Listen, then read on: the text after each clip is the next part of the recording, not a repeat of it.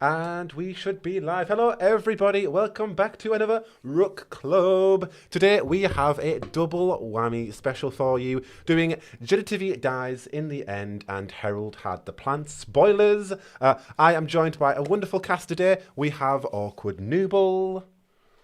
Hi, everybody. We have Half Pint Rogue. Hello. We have Draining Venom. Hello. We have Decaster. Hello. We have Moonlight. Hi. And we have Waxy. I'm back, everybody. So for this one, we are going to be jumping into Genitivi dies in the end first. This one's quite tricky, honestly. This is color coordinated this time because it's really hard to tell which characters pop in at which. And then we'll do like a 5-minute break and we'll jump into Herold Had the Plan. And then we can talk about both books or our own hot takes or opinions at the end. But we're really going to be going through 2 stories today. So we want to allocate as much time as we can to covering these stories. But folks, we are 29 days away from Dragon Age the Veilguard. How are we all feeling? Yeah. Wild. Real. Excited. Yeah, literally. What's everybody most excited about? Is there anything in particular, or what are our current kind of feelings on Dragon Age, I suppose? Right now, I am obsessed with the theme song and the soundtrack. Yes! Hans Zimmer and Lauren Balfe did Oh. amazing. It's going to be iconic. And I was really sad about the 3 choices, being boiled down. And my hype just got so big again listening to the new soundtrack. I could feel it. I had goosebumps in my skin. Oh, I yes. felt like I could feel the red lyrium under my nails with that soundtrack. It was so good. It was so good. Oh, hell yes. Oh, it's so good. I love the ending as well, when it all kind of concusses together. It's like, oh my lord. Oh. So spooky, and I could go on forever about the music theory and the way that they use the shepherd tones to make it sound like it's getting higher and higher, but it's not, and it makes it creepy. And then they have the very heroic brass coming in, and like it's just a lovely interplay. And if anyone thought we weren't going back to the dark themes of Origins, guys, this soundtrack sounds so much like Origins. It's insane. Hell like, yes. Whenever I'm doing anything and I just want to calm down, I'm like, that's it. Oh, so nice. Oh, it's beautiful. It hasn't it hasn't taken me over more than Inquisitions just yet, but that's because we've listened to it like twice. And obviously we had an entire game of Inquisition to kind of marinate and really enjoy that. Only thing I miss about Trevor Morris is just the Trespasser soundtrack. So I am excited to see what Hans Zimmer and Lauren Balfe will do with their Solas stuff. But Trevor Morris in particular, for the Dark Solas theme, the Lost Elf theme, beautiful. But I'd like to see what Hans Zimmer and they will do regarding Solas, if they have any particular themes for that. But also like the love theme and all the kinds of emotions and moments of this game. I'm super excited to see, just all of that music together. Hopefully get it on vinyl as well. That'd be mint. Any other opinions on Dragon Age currently, folks, as we are 29 days away? I mean, I'm just trying to finish this chapter. I'm almost there, guys. Oh, I haven't noticed that.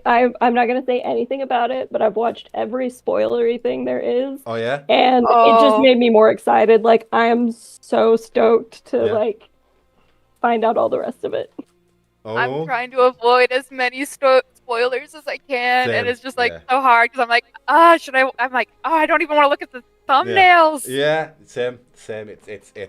It's hard. I've left Twitter. I'm not even on there anymore. I'm like, no, there's too much. I've taken a break off Twitter as well, just to avoid spoilers, because it's like I do go on it like at the start of my day or in the middle, but I'm like, right, okay, just to tweet and then leave, just in case. Just because we're so close now, and we're so close. I really want to enjoy it. I think we can avoid a lot of the stuff until it comes out. Like, I really do. And I also want to know what else Bioware are going to reveal now, in the terms of the next month. Unless we're going to get the character creator early, which we all want, and it would be brilliant. I want that so bad. Like just give that to us. But besides that, we don't need any more marketing. Yes, they'll do more trailers. They'll do like a launch trailer or something. But like, we just want the CC, and then we want to just leave us with that. That would be brilliant marketing, I think, right now. But whatever else they're going to do, I don't know. Really, they've done quite a lot already. The impressions are out there. So yeah, what else is rest for that? What else is in place for that marketing plan? I have no clue. Yeah, I can't really think of what else there is for them to do at this point. Maybe reveal the voice cast for the villains, maybe? But yeah, like, do we know who the voice cast for, like, Elgranon and Gillian? I don't think we do. I don't remember. No, I don't think we do. I would love to find out. Elgranon and Gillian. Yeah. Oh, I want to know those voices. I think we got a glimpse of Elgranon. We got a glimpse of Gillian as well. Yeah. We got a glimpse of both. Well, in a recent thing, they did showcase a particular Elven god's voice for a brief second. But then we do have that Thedas Calls teaser with Elganon's voice. So yeah, I really want to hear who they're doing. But chat, it seems like a lot of you guys are also avoiding spoilers too. So similar to kind of a lot of us, besides those who are looking at spoilers. But I am also in that camp of, right, ready for the game. Let's just survive the next 29 days. Brilliant. Well, we've got a lot to crack into today, so we will jump straight into this one. And we have Genitivi Dies in the End by Lucas Chris Jansen. I believe we're going to the Silent Plains. We're going somewhere into Tevinter. Yeah, we've got the Silent Plains into Tevinter with 3 scholars explaining, well, writing, coming up with some kind of tale. And it's a really good, funny, comedic one, this one. So we'll jump straight into this one. And then we have Herold Had the Plan, which is about a dwarven Lord of Fortune and an expedition that you will, I think, based just outside of Starkhaven. So we'll jump straight into Genitivi Dies in the End. I hope everybody has their drink of choice, whether it be tea or wine or whatever else you would like to drink while we jump straight into this. But we will plow on. So, Genitivi Dies in the End by Lucas Chris Jansen. The Thenharel question. How many lives have ended seeking an answer? 4 more if our turn chasing a legend fails tonight. But we have dragged truth from the darkness beneath Tevinter, found pages that will guide tomorrow's righteous hands. And if our fight dies at the tip of an Antam spear, make certain that more than the Silent Plains will know what we have found. Oh, child. Philum, a bard, looked up from his notes. Brother Genitivi, peer and rival, stared at him with red-ringed eyes. An arrow in the old man's chest bobbed in time with his breathing, growing even more haggard. Blood dripped from the fletching, which was very odd, thought Philum. And as his word turned sideways, formerly Sister Lordine told the world with a scream. That's how you start it? People have to know the stakes. They want to save the world. They know the stakes. Old man, will you let me work? I will stab both of you. Fine. I'll just start at the beginning. Philum Abard was sitting in a cafe in Valrayo. It was 3 in the afternoon, an hour past 2 hot. He just stopped listening to his publisher, although the latter's complaints about lagging sales would continue well into the digestive. That was half of the problem, thought Philum. He preferred people who went for drinks, not stayed for digestives. He was a stark contrast to the formal wealth of his lunch partner, free marcher features, too many cousins from nobility to matter, mousy hair, boyishly unkept, and a lean frame dressed in stylishly function bully, I don't know how you say that word, bully armour. Legitimate kit, though his pouches held notebooks and inks, not a soldier's fare. They'd eye him suspiciously in an honest guild hall. But he wouldn't be laughed at. Philum dressed and wrote for the people, but he did his duty. Despite the company he'd rather keep, remaining carefully in line with his host's pointed words and matched finger. He knew how to fill space when money talked. Whiff and waff, trends of the day, came the standard complaint. But if you chased trends, countered Philem in his head, you were, by definition, behind. Ahem, hem, lose a bard from the lose a bard from the name. Another favourite and non-starter. His fans loved the notoriety the title implied. Such and such not, expedition beneath the Imperium. Philem choked on his ale. This wasn't part of the standard lunch package, and he found himself scrambling back into the conversation. Lord Varendale, I must have misheard. He said. You're asking me to go where? Oh, I'm not asking, said the noble, his smile as fixed as the Orlesian half-mask he wore. Both ceramic and gold filigree showed his status as a new name with equally new money. He tipped a small glass to his lips, taking only enough liquid to moisten an insult. You've promised relevance for years, and I've happily defended you. But abridging your betters can only get you so far. He leaned forward, tapping a gold pinky ring on the table. The time has come to put up and shut up. He slid a vellum scroll across the table. Philem didn't take it. Those are Inquisition seals, said Philem. There is no Inquisition. Not anymore. Special commission. By who? Inner circle. What? The Society of your continued employment, said the noble, his tone growing impatient. Read it. Philem rolled the scroll out between them. His eyes widened. The document outlined an expedition that seemed fantastical.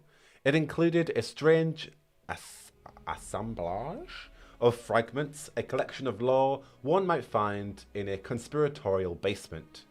Philem pictured them as pins spread across a map, with red string noting connections between distant Australians.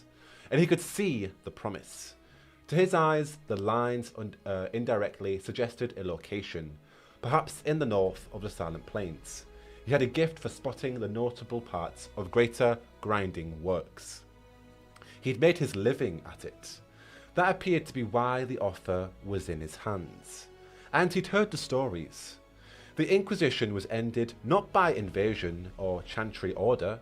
It fell within a mirror, past a mysterious crossroads, in the shadow of something impossible, the Dread Wolf. A creature so powerful, the elves once called him a god. The chantry didn't want him to exist. The Maker didn't allow room for gods that weren't God. But if he did, whatever he was, they needed information. There were apparently spaces between that crossroads and the Fade, broken spaces that weren't... Sorry, I lost my spot. That weren't all there, which meant pieces might be somewhere else, and a certain type of mind might follow that backward, and find what had undone this elf and any others that walked as gods. You want me to find the true history of the Elven Pantheon in a piece of a library that doesn't exist? Beneath the Imperium, deeper than the deep roads? Philem tossed the scroll back to his publisher. I don't do fiction. His host started to laugh, and then didn't. You haven't done anything for a quarter. This represents several opportunities. For me, repayment of the advance you owe me. For you, an original story of your own, not a retelling. Lord Varendale took another slow sip of his drink. It is also... He added with a stark earnestness. A chance to help. Philium knew the Varendales had invested with the Inquisition. He'd never have guessed their intentions had been genuine. This is real? That's what you and certain colleagues are invited to find out. Philium squinted. Who else got this invitation? Hello, said a voice Ole had come to love and dread, like truth at a family reunion. Philium cringed. Formerly Sister Lordine, ex of the Chantry, documenter of all things sensual and denied in otherwise falsely prim Ole, it was frankly a brand Philium wished he'd thought of. His promise of bard demanded a competency in things both dangerous and political. Her title had transgression built in, and really, how daring did a former celibate and scholar really need to be? Chantry service was a lifelong calling. Those who left voluntarily usually did so because of age or infirmity. Lordine was young, late 20s, and while she no longer dressed the part, like her title, she kept deliberate echoes. The choice of fabrics, the manner of stitching, she flaunted who she had been, implying scandal, provoking questions. It lent weight to her writing. Today her young blonde hair fell from a tightly pinned crown braid, and her robes were a muted gold trimmed in a shock of red. Both were styled for travel. you're looking well. Said Lordine, her eyes sweeping past Philium to evaluate Lord Farindale's drakeskin tunic and his taste in spirits. She pursed her face slightly, as though his look was sour and his drink was loud. Philium knew that appraisal. Lordine's senses often swapped colour, taste, and sound. A quirk of perception that gave her insights about character, something she had confided while evaluating his. They shared a past that meant they occasionally slept together, although they both agreed they wouldn't share a future. They fought as much as they intertwined, and it showed in their prose. They were peers in many ways. Both she said he was green, and he couldn't shake the feeling that he'd been found wanting. That was also her brand. You, of course, know each other. Lord Varendale smiled. Intimately, said Lordine. Philium grumbled into a half-empty glass. I made some initial corrections, said Lordine, gesturing at the scroll. We should alter our search accordingly. Of course, thought Philium, translation. Ancient Elven is much about rhythm and feeling as vocabulary, and Lordine's affinity for it had earned one of her earliest censures while still a Chantry sister. She'd intuited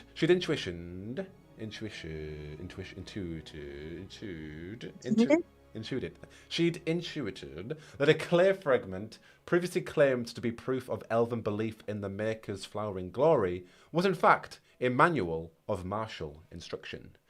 The piece was still in Mother Hevira's sealed vault, although privately examined on special occasions. Wonderful, said Lord Varendale. I've secured you a delver for the underground bits, which I believe will be most of it. You're not coming? Said Philium. Goodness no, this is entirely a writer's retreat. Has he not told you? Lordine smirked. Philium shot his publisher an accusing glare. To his surprise, the man flinched. You see, Philium, the request was very specific. Lord Varendale downed the last of his drink. This particular trail needs equally particular skills. A big picture sensationalist, that's you. A sensualist, Our former sister. Lordine nodded demurely. Very demure. And said Philium. There are many details unknown, he said, standing to leave. You need a certain breadth of religious and geographical documentation. And Philium repeated, his hand at his temple. A detail-minded scholar. Philium knew the name before he felt the sting. 536 pages of leather-bound Ferelden heraldic history, not including epigraphs and appendices, slapped across his face. It was a book he'd reduced to a 20-page collection of cautionary yet enticing executions. Thief! Yelled brother Ferdinand Genitivi, honoured chantry scholar and respected historian on the eve of the longest and last month of their lives. Where is the account of the journey? it's not important. A storied land of blight and empire is unimportant, yet you linger on salacious personal details? I'm building tension. By sacrificing context. Stop arguing and just get it on the page. She has a point, and is wielding one. Fine, have some details. The journey into once mighty Tevinter was largely uneventful. What would have been a tactical triumph in a previous age was now a matter of following unguarded trade routes. Truth be told, the trickiest part of crossing the Imperium now was knowing when you started. There were multiple border outposts, each a fading marker of the Empire's reach at a different point in time. Their hired driver and delver was a broad-shouldered man called Matteo, one of the famed Raveni Lords of Fortune, a guild of treasure hunters and dungeoneers. They specialised in pulling gems from the eyes of statues and, for added cost, protecting the softer people who hired them to do so. The lords wore their expertise, and the sash around Matteo's waist the lords wore their expertise, and the sash around Matteo's waist was heavy with ancient coins and other trinkets from beneath the plains. He had a genuine appreciation for history, but didn't claim to know the works of his current charges, which, all things considered, probably made him the best fit for the expedition. Riders argue a lot, he muttered, pulling a starved bush from a stone slab. We should have brought the Dowager, said Philium, sneering at Brother Genitivi while sitting on a jagged rock. He dumped a pebble from his boot. It was wet from broken blisters. You could not afford her. Genitivi shot back. The anonymous Randy Dowager routinely outsold all of them with her collection of scarf-fluttering smut. Only Philium considered this competition. I will stab both of you, said Lordine, brandishing a long pin from her hair. Weeks in a small coach had not gelled their group into a team, despite their surprising effectiveness. Between Genitivi's details, Philium's links, and Lordine's rhythm, they had written a path that travelled backward from the strange end of the Inquisition. A tale that upended history, revealing that Arlafan, the ancient elven capital, had not been destroyed by Tevinter, but by the strange magics that caused the rise of the Veil. The division of the mortal realm from the Fade was not a natural state that had always existed.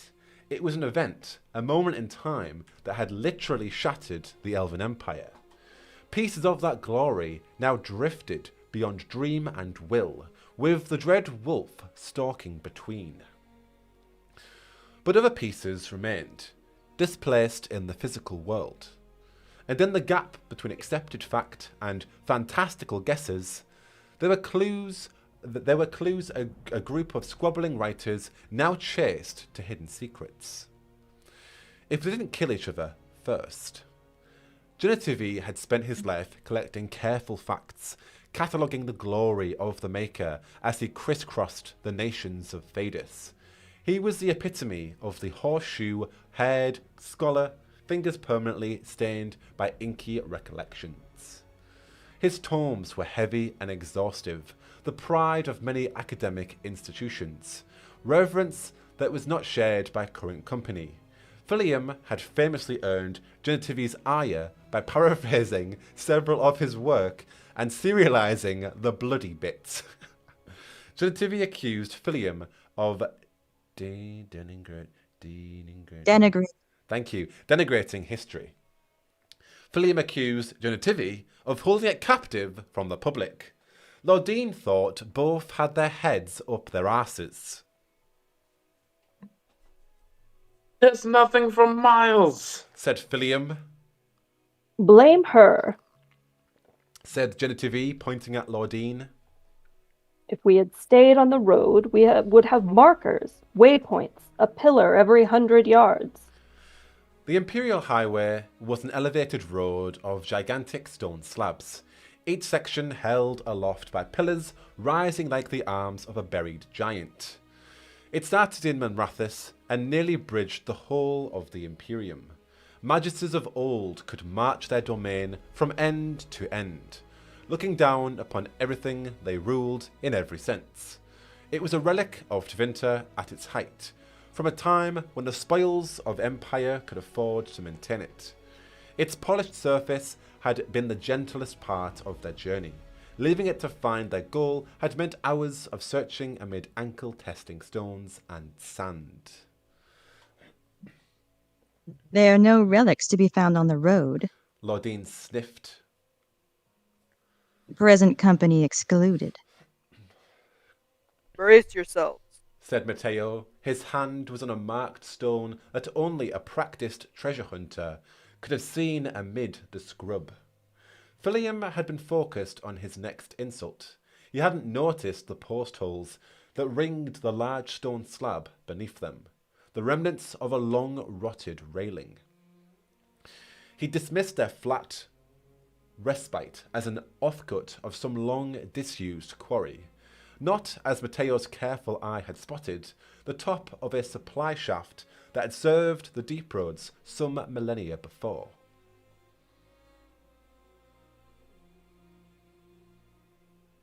Wait, he said. Oh, we didn't. He said, as Matteo didn't. The stone clicked, and mechanisms long out of alignment dropped them into free fall. They braced, as Matteo had suggested, against the only supports available. Each other, their screams a bitter harmony. riders, muttered Matteo. that enough context for you? Quite, thank you. Don't forget, Matteo was shirtless the entire time. I didn't find it as impressive as you did. You're still so very green. Just let me continue. We're nearly there. Philium thought they would return to Ole as heroes. The journey underground had gone surprisingly well, despite its terrifying start. As the slab had dropped, cables slack with age had found their proper tension. Unseen bellows were pulled closed, and the air pushed by their fall was collected and redirected within the shaft. The descent had ended without injury, if not gently. Matteo reassured them that it was a dwarven design, or maybe Tevinter, and that regardless of age, he'd only ever heard of one failing. When asked who had survived the 2-mile drop to make the report, he had smiled proudly. That's why I know to brace. After that, Philium, Genitivi, and Lordine had jointly decreed that, as they were technically his employees, they should be consulted before any future lever pulling. But despite his casual bravado, they had to admit the man knew his business. Matteo led them expertly through the Tevinter mine, directing them to a dwarven crosscut, and even daring a rough-hewn tunnel likely clawed by darkspawn during the first or second blight. And deeper still, they found the impossible.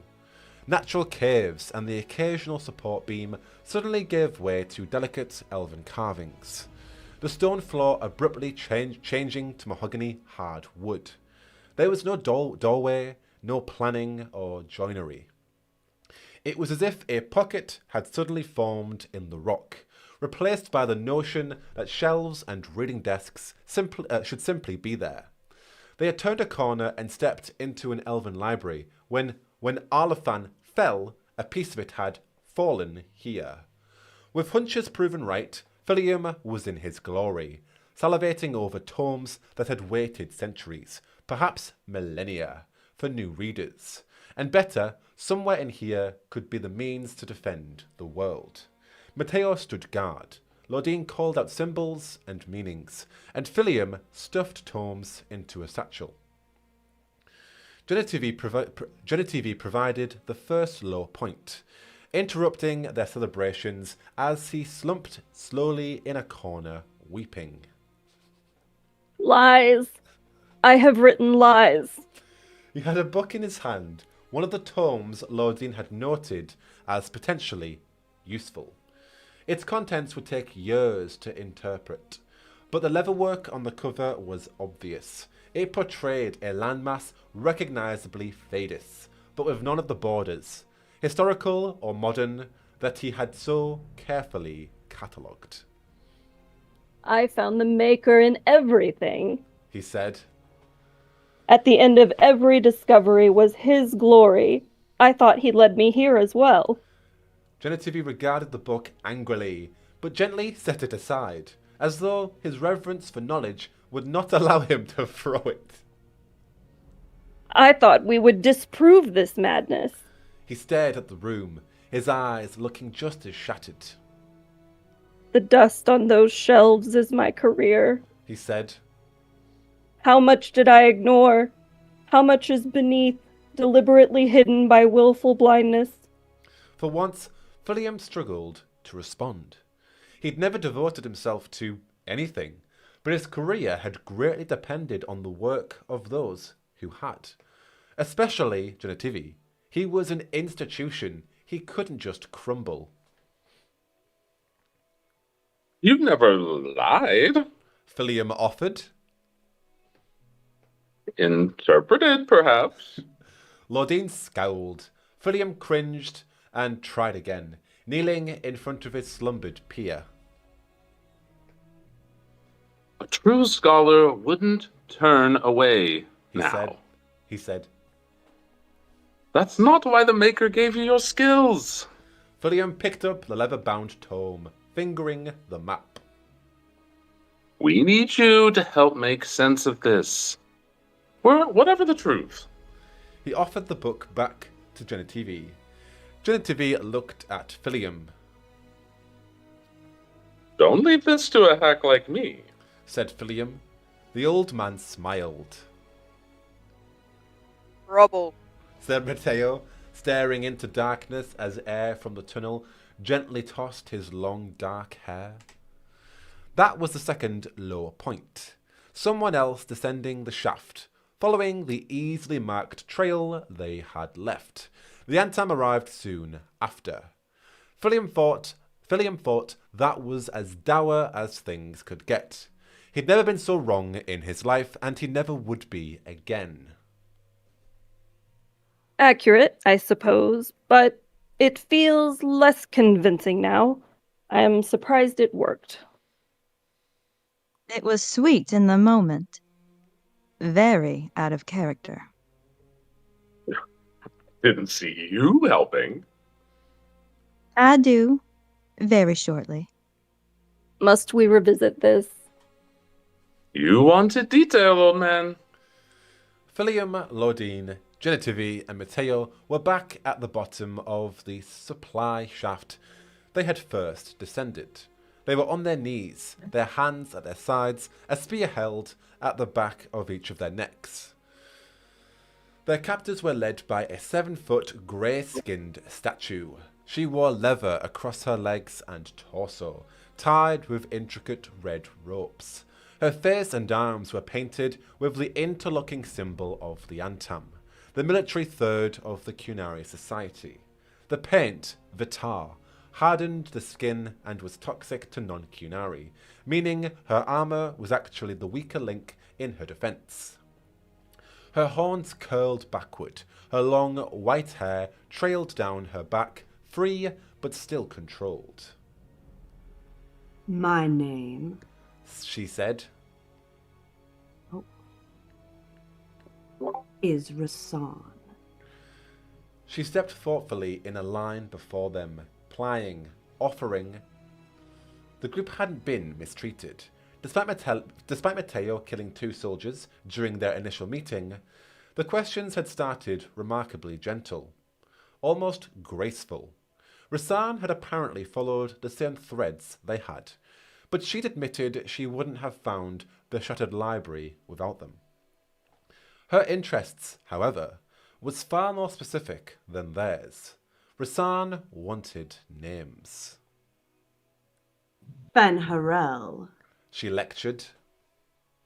is a name given by enemies.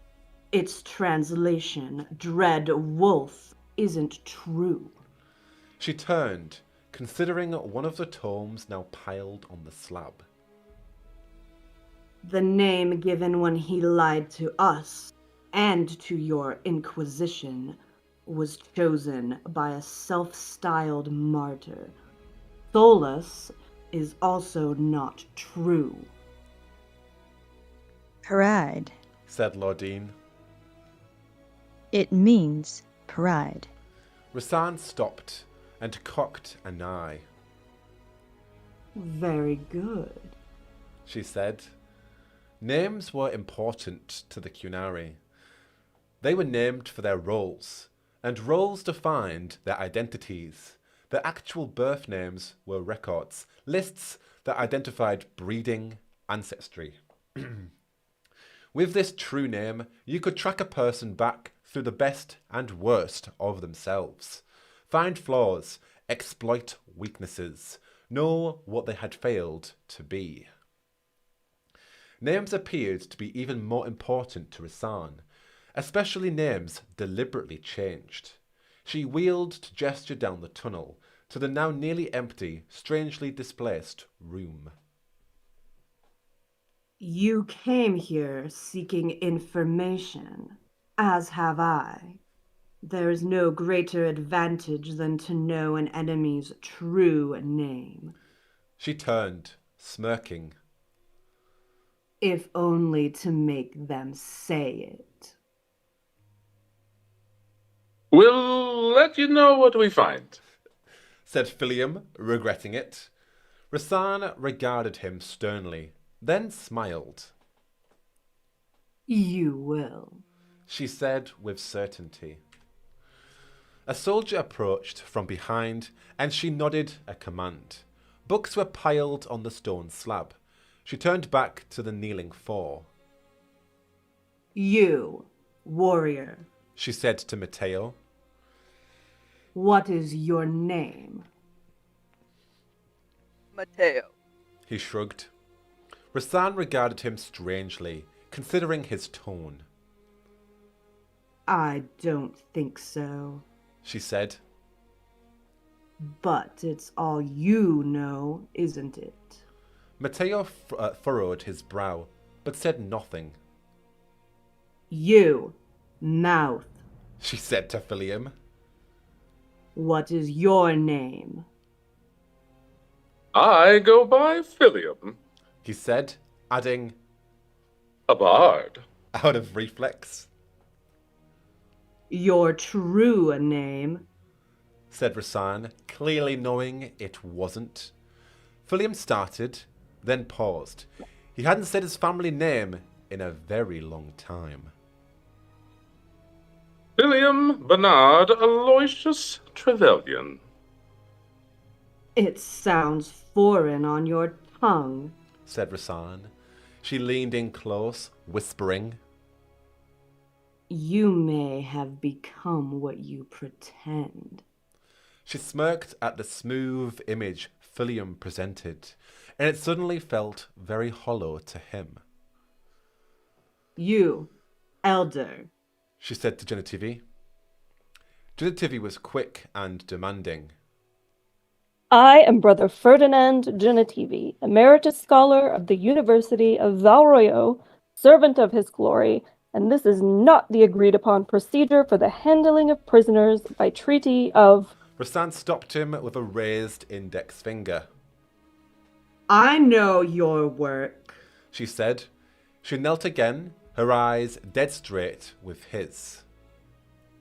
My Aunt Tom are in Tevinter as officially as you are. Does that change your tone? Genitivi blanched. Brother Ferdinand Genitivi, he said carefully. Emeritus Scholar of the University of Valroyo, servant of his glory. Ooh. Cooed Rasan. Still the titles. She took his hand, intertwining their fingers, hers dwarfing his. If I took your profession, took you from your titles, what would be your name? Genitivi looked confused and shook his head. Brother Ferdinand Genitivi, a servant of his glory. Rasan tightened her grip, bending his fingers back painfully. What would be your name? I am a servant of his glory. There was a small crack. I have a name you've never heard. Interrupted formally Sister Laudine. Rasan tilted her head, interested, and loosened her grip. Genitivi cradled his hand. William looked at Laudine, alarmed, silently mouthing, "What are you doing?" Very well, said Rasan, stepping in front of the smaller woman. She kneeled again. I assume you are as these two, a scribe with a title. Laudine nodded. You've never heard my true name. I've never said it to anyone. She lowered her voice as she spoke, and Rasan instinctively leaned forward. Go on then, she said, bemused. They were almost embracing. Laudine whispered low in Rasan's ear. Philium saw the reaction, and it mirrored his. Sarebas alit an, said Laudine. She didn't know much of the language. Cunlat was coarser than ancient Elven, but she'd said soon enough. But she said enough. Sarabas literally meant dangerous thing, the Kunari word for mage. Basalt An was a foe worthy of respect. Rasan's grey skin went white. She hadn't bound the captive as mages. Laudine clenched a fist, and rift green energy erupted beneath her. Stone was rent from the floor as Rasan leapt back, but the guard behind Laudine wasn't as quick. A pillar of rock smashed him into the ceiling, crushing his chest. Matteo turned, grabbing the spear still in the hands of his shocked guard. He didn't make the mistake of trying to pull the weapon free. Instead, he forced the tip down while pushing the spear back, driving the blunt end up into the Kunari's neck. Vitar or no, his windpipe collapsed. A second later, the spear was embedded in Philium's guard, and he and Matteo tackled the one behind Genitivi. Genitivi himself crawled behind the pile of tomes on the slab, kicking weapons away in case reinforcements arrived. Rasan scrambled backward. She ignored the Elder and the Mouth, moving steadily away from the warrior and the mage. Too many of her kith were still down the tunnels. If they ran back now, they'd be in a line, unable to gain advantage as Matteo blocked them and Laudine threw the earth in their faces. Rasan reached for the lever that controlled the mineshaft elevator. Lordine stood lightly, hands upturned. Small fractures glowed in the air above her palms, stones orbiting both. Sweat bedded on her temple. She looked at Rasan. I told you the truth, She said plainly. I will see you soon, Said Rasan. She threw the lever, releasing ancient counterweights. The stone slab jolted upward, and as they tossed their last guard aside, Philium, Lordine, Genitivi, and Matteo rose into the night. At the top of the shaft, Philium grabbed the most promising of the elven tomes, and the four of them started in the direction of the Imperial Highway and their coach. Behind them, the stone slab began another descent. There was no obvious way to destroy the mechanism. It had survived centuries more than they could infect on it, unless Philium looked hopefully at Lordine. She shook her head. Her eyes were sunken, her usual elegance strained. I hid this. I'm not trained. She said. My ears and eyes are ringing. I need a moment. You will have it, but Said- not much more. With a whoosh and a thunk, the stone slab reached the bottom of the shaft. When it came back, it would be carrying Rasan and her kith. The ascent would take longer than the drop, as theirs had, but it was still only a matter of minutes. They ran. A single Kunari was guarding their coach. Matteo gabbed him by the horns and broke his neck, nearly wrenching his head from his shoulders. Philium could see wagons around a campfire about a mile away, but they didn't have time to disrupt the few minders. They gathered the 4 horses they'd left grazing, and Matteo hitched them as fast as he could. As he finished, a horn in the distance signalled that Rasan was now in pursuit, and their expedition would soon come to its inevitable, violent end. I reached her about this. I'm having second thoughts. This is getting a bit speculative. Crafting history is antithetical to what I... Can you write? You know that my hand... Can you write? My vision still. Then both of you shut it. This part is mine. Matteo was driving the coach hard, pushing the horses well beyond their usual tradesman's gait. Lordine was on the bench seat behind him, trying to get air. Genitivi was huddled in the coach box, cradling his hand, quoting details. Philium was next to him, scribbling. They'd wrapped the few tomes they'd grabbed in burlap and were recording every detail of the journey, the descent, the discovery, and the enemy. It makes no sense. Said Genitivi. That is not how Kunari behave. You have experience? Said Philium. You would be surprised. Genitivi managed to chuckle despite the circumstances. He called them Antom. Said Philium. Her, Anton. Names are important to that one. Said Lordine. Write it. Philium did as he was told, ending the static detail with dramatic flair. The stakes had to be known. The Fen'Harel question, how many lives? And as he didn't quite finish, Rasan's wagon entered longbow range. Matteo had kept their lead as long as he could. But his team was tiring, and Antam horses were bred for endurance and war. Sparks lit up the road around them as arrows landed wild.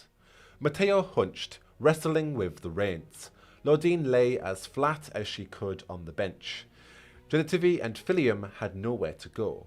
One of the 4 driving horses, the closest on the left, whinnied in pain as an arrow suddenly arched down in its shoulder, rendering its left foreleg instantly immobile. Pardon me. Its head dipped below the pole that tethered to its running partners, pulling the team off their track. Matteo wrapped the reins around his forearm and heaved backward, hauling the animal up for a fleeting moment. He grabbed his blade, swinging the heavy dowel, Dragon Age Origins, with one hand, cutting straps to bridle and saddle in one clean motion.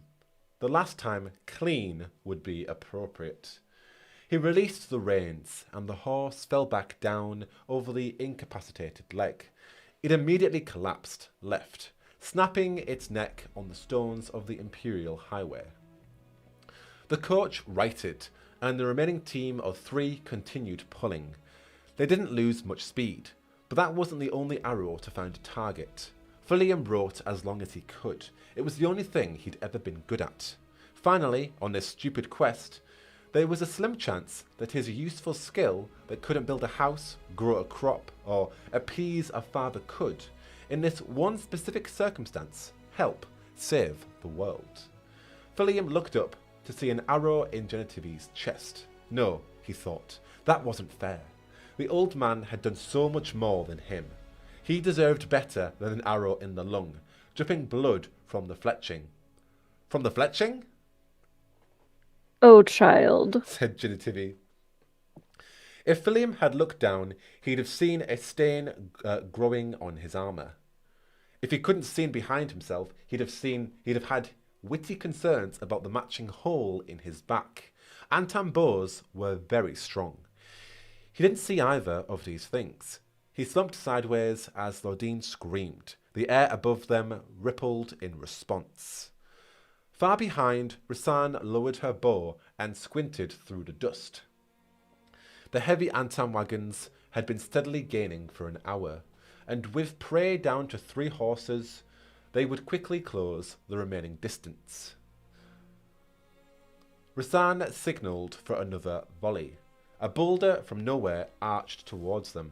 It bounced once, throwing shrapnel, before reducing the shoulder on Rasan's left into a stain. Lordine screamed again. Another stone appeared from nothing and was hurled into the darkness. It flew wide, but showered the highway with more debris. The Antam wagon slowed, losing ground, weaving to avoid further volleys. Rasan calmly whipped a mist of blood from her horns. The mage's hands are mine, she said. Matteo used the brief reprieve to cut a second horse free. Despite the noise around him, he'd noticed its rhythm was off, a sign it was lame or soon would be. Rather than risk another stumble, he backed the lead animals off for a second, cut straps, and slapped the horse's haunch so it stepped right. Once clear, it immediately slowed, clattering to stop at the side of the highway, lifting a rear leg. Matteo kept the coach straight and fast, but they weren't winning this race. Lordine was sweating, breathing hard, and shoving paper against the wound in Filliam's chest. Genitivi added what weight he could as his own strength waned. Filliam smiled. In his head, he'd pulled the arrow from the old man, hurling it over his shoulder, back at the archer. He imagined the story it would be in the guilds, the irony of how his heroics would allow Genitivi to continue unabridged. As shouts from Lordine became a hollow wind. He saw his contribution to academics finally recognised. As his pupils grew dark and were overwhelmed by the stars above, he saw the pull quote on the epic he would write, a triumphant validation of Filliam a bard. Through him, our world has new focus. New focus. He trailed off. Genitivi slumped across Filliam. He seemed elsewhere, muttering the long details of his work, studying Tevinter architecture, the wonder of the Imperial Highway, the stones that marked distance, and the pillars below.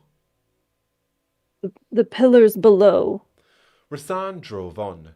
Arrows rained down. Lordine reeled.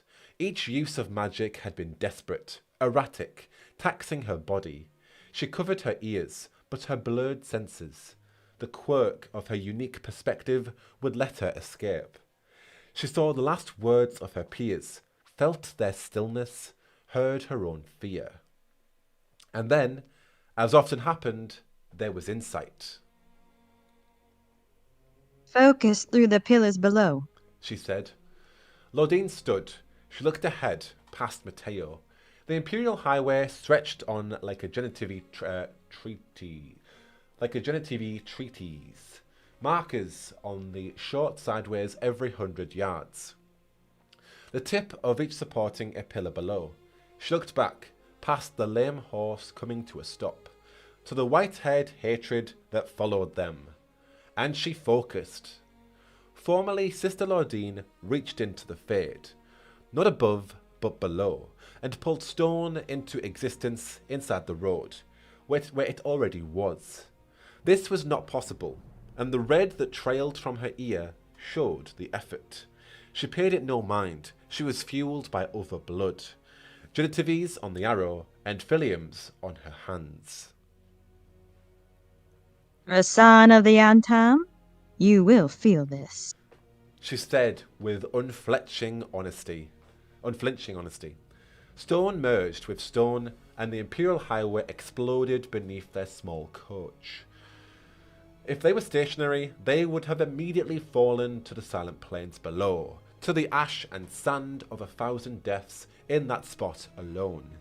Instead, Lordine's rage sent them upward 6 feet, and their forward momentum carried them out of the hole she had willed. The 2 remaining horses tried to find their feet. The right landed steadily, pulling.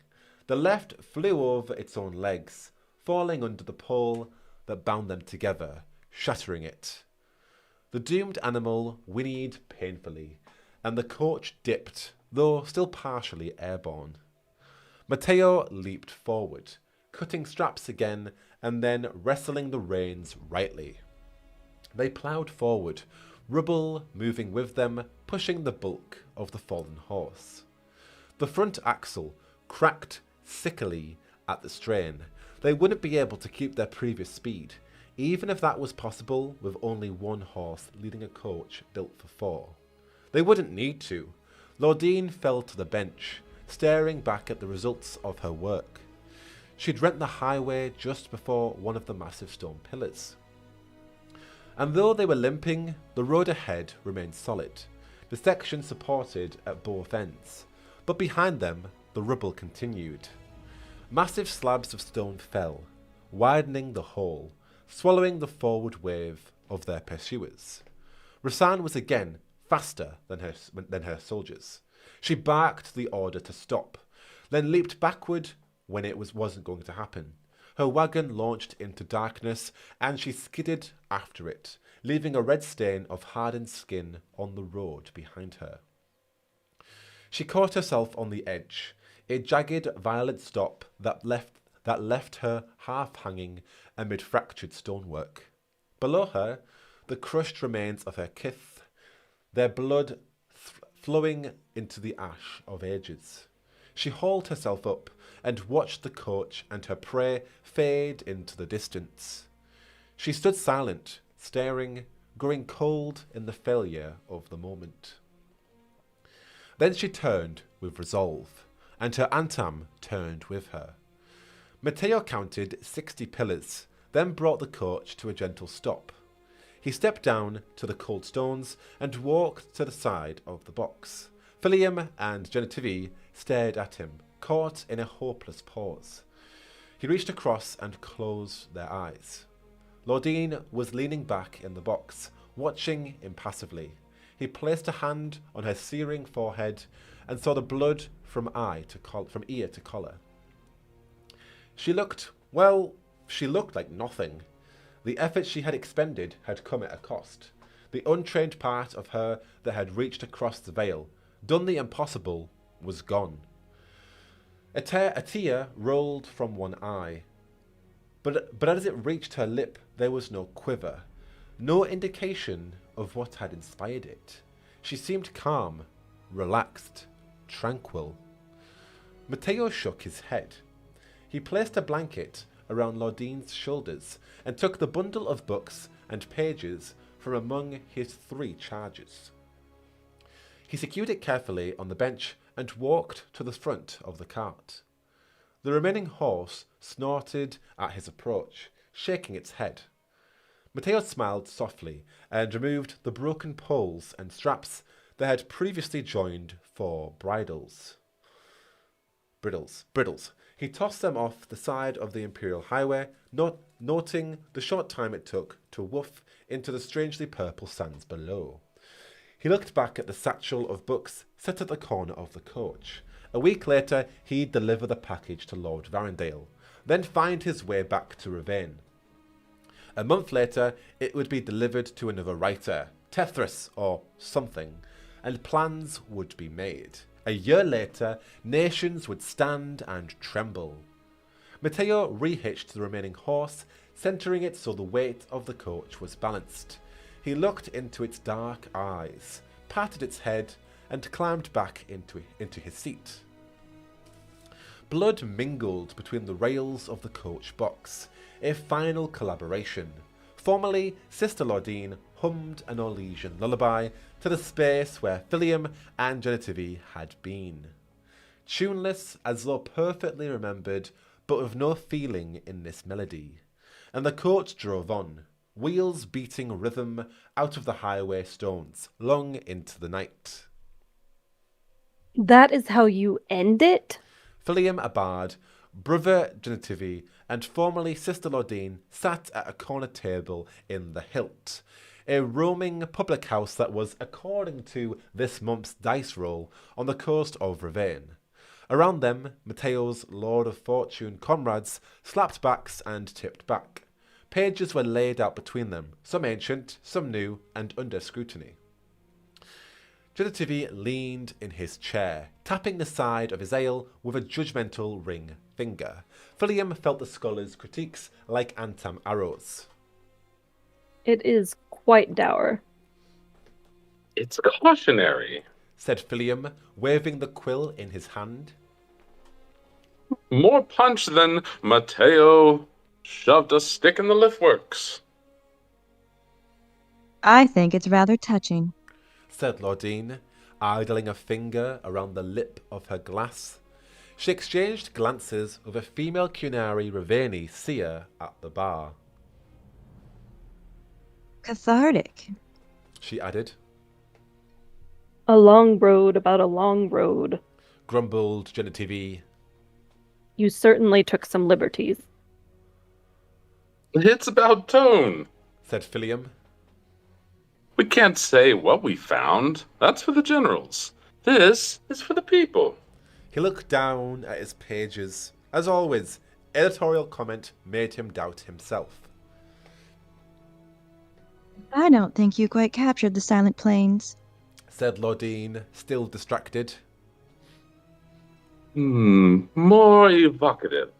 Philium nodded, taking the easier note. I'll stress they were strangely purple.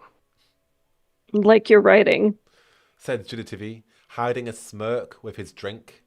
Philium looked up, hurt, then smiled as Laudine failed to stifle a snort laugh that was entirely off-brand. Genitivi paused thoughtfully. Are we all dead then? He asked. Not in this draft, said Laudine. At least I'm not. And Matteo. But you can't be hurt anymore, said Philium. He placed his hand to his forehead in mock anguish.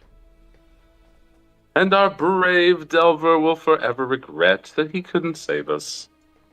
A chorus of cheers erupted from the bar as Matteo drained a pitcher of cider while standing on his hands. See? said Philium, shaking his head sadly. A broken man. Genitivi tapped one of the ancient pages on the table. But we continue. He said. Write our warnings as someone else. More time. Philium shrugged. That Rasan will chase us, said Laudine. And her strange Antam. I'd rather change my name than have her take it. Easy for you to say. I've had decades more with mine. We can have other names, said Philium. Becoming other people is kind of our job. But it was such a good name, said Genitivi, gesturing with flair. Ferdinand Genitivi. Philium rolled his eyes over to Lordine. Told you we should have brought the Dowager. Well, said Genitivi. Perhaps her rates can be discussed. He winked. Philium's quill and jaw both dropped. As you said, child, we can have other names. Another history revised, their third or fourth of the night. Well, said Lordine, recovering slightly faster than Philium. 5 scarves fluttered in shock out of 5. Philium raised a glass. You really are the best, old man. Genitivi stood with his peers. Don't you forget it. They clinked their glasses, returning to their edits, and argued into the night, in search of the perfect ending. Around them, the bar served on, the coast lapped at historic sands, and in distant places, blades were sharpened, and wolves walked in dreams. And then... And then what? We were done, child. Restrain yourself. If we're inventing, let's invent. Cereals are where the money... Ow! I warned you both. Fine. Point taken. Quite literally. Hey, so Lordine actually stabbed him in the end. Biggest plot twist. Great. Biggest plot twist. Brother Genitivi is the Dowager the entire time. He has a separate account for writing his smut, which is fantastic. Just Literally. like all of us. Just like all of us.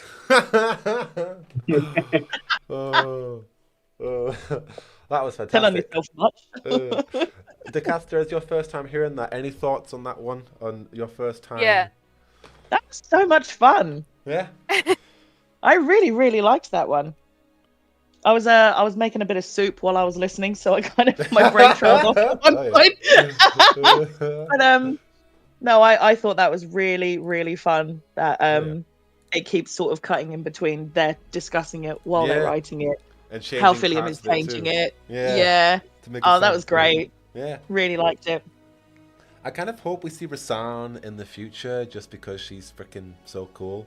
It kind of leads that way, but yeah. Yeah, I was reading the comics trying to like prepare and get a better handle on her character, Yeah. and damn, she straight up is a dommy mommy in the comics too.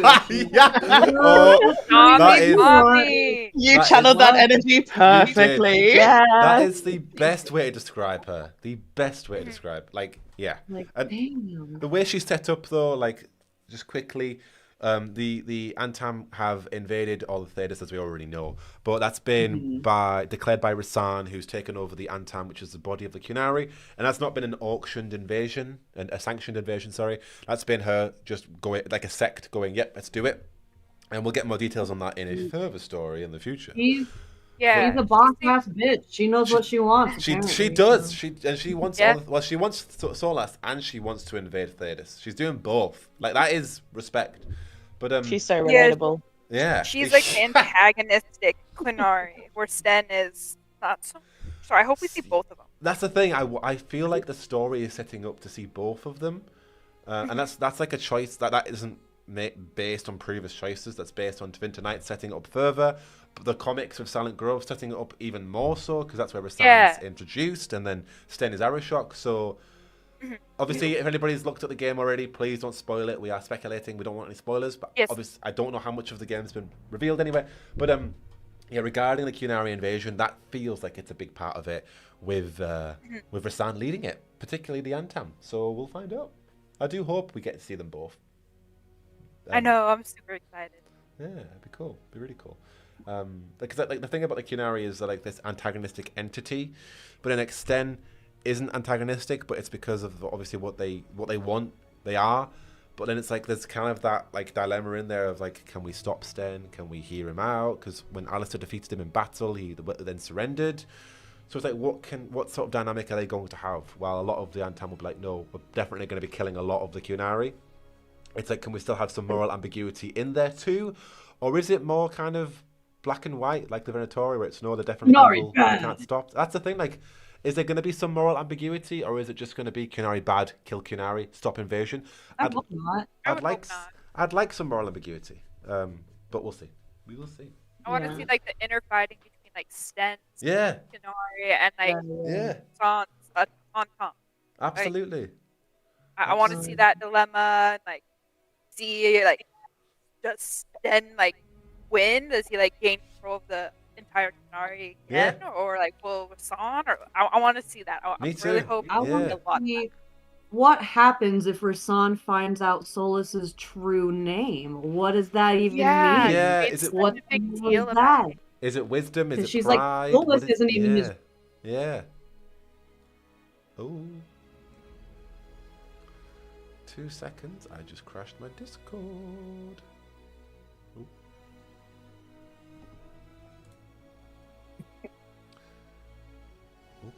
Oh, 2 seconds, everybody in chat. Discord has just crashed for me. Okay. Disappearing and then There we coming go. back. Okay, sorry, Discord has crashed for me for 2 seconds. We are back. I am back. What were you saying, Waxy?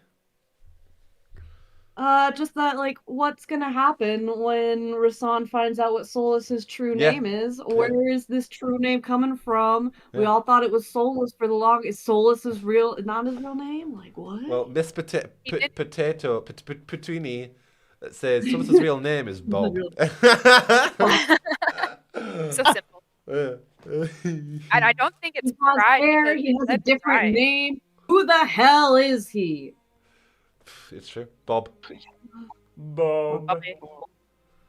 Yeah, no, I want to know what his true name is and what that actually means.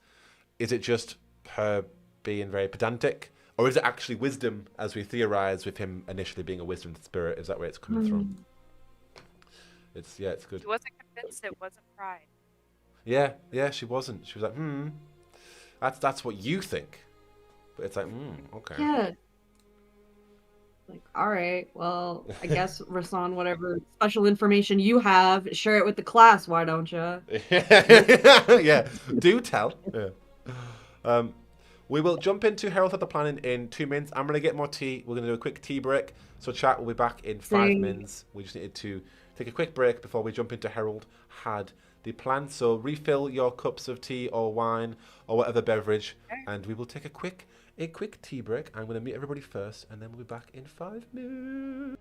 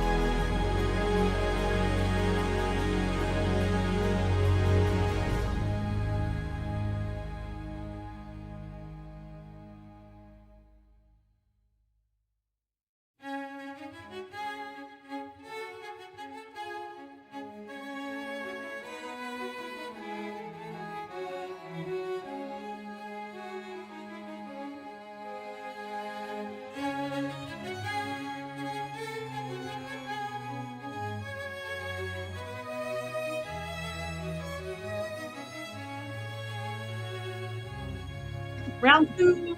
Round 2, which is the right one. That's the right one. Hello, everybody. We are back for Herold Had the Plan by Ryan Cormier, and we are jumping straight into this one. We have a few roles reversed for this one, so you'll be hearing a lot more DeCaster. And yeah, we are going to jump straight into this one, so we can giddy up with it. I don't know why I said giddy up. I was thinking about the horses from Genitivi dies in the end.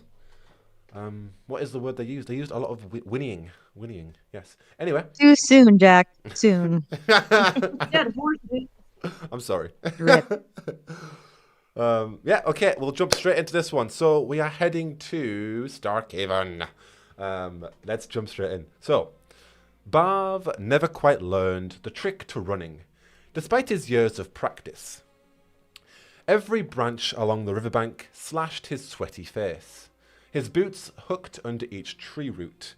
He stumbled along on stocky legs, certain he'd hear the hounds call and arrows whistle at any moment. He was panting, each step forward a struggle. Barv looked over his shoulder, as though that ever went well, and grinned at the empty trail. He even snickered. Then he put a boot wrong and tumbled ass over beard, sliding into the reedy muck of the Minanta River. He stopped, held his breath. Swamp water streamed down his face. Barv's heart tried to leave his chest. Nothing. No Starkhaven guards. None of the tournament knights either. Given his wounds, those bastards really hated thieves. Or perhaps they simply didn't like Lords of Fortune.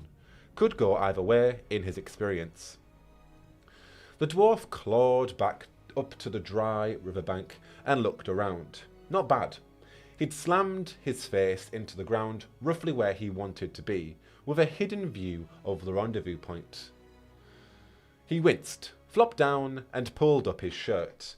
The cut across his belly wasn't deep, but it stung like the blade was still digging around in there. With the job crashed, Barv didn't know who got killed, who was grabbed, or who might squeal. If the rendezvous point filled with knights screaming about brigands, he'd know a little more. Something poked against his side, and he discovered an arrow lodged in his coat, stuck through a wide pocket. He'd spent so much luck escaping Starkhaven, he'd never be dealt a solid hand of cards again. Barv took an apple from his pocket and swatted away black flies with his free hand. He'd suffered worse injuries. This didn't compare to the time he fell off an Antivan temple and landed on a rock while snatching that golden headpiece. Barv skipped that part of the story while standing on barroom tables across Ravine. He'd put a dent the size of his fist in that priceless headpiece. The Lords of Fortune provided all the thrills he craved, but decades in their service left him with long scars and a crooked back.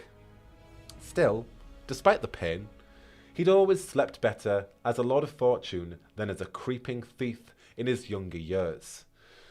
Through decades of treasure hunting, he'd collected his cut and felt no remorse on days he retrieved artifacts from rich bidders who saw times of war as opportunities to add to their collections. He could live with a sore back when it came with a clearer conscience. Barv heard light, elven footsteps behind him, but didn't turn around. He already knew who was there. Oh, that was a complete disaster. Elim said. She'd fled the same distance he had, but her breaths were steady. She wasn't even sweating. He spoke with his mouth full. I've seen jobs go better. Barv wasn't sure if his fellow Lord of Fortune spoke in her true accent or not. He doubted it. Word was she had a dozen or more. He looked up at her expectantly.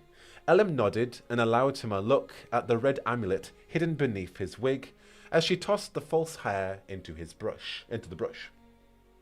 Beneath, her black locks were held low and tight with a long pin.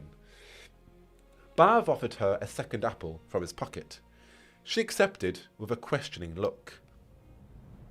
My daughters think it's important I eat right while running for my life. Barv said.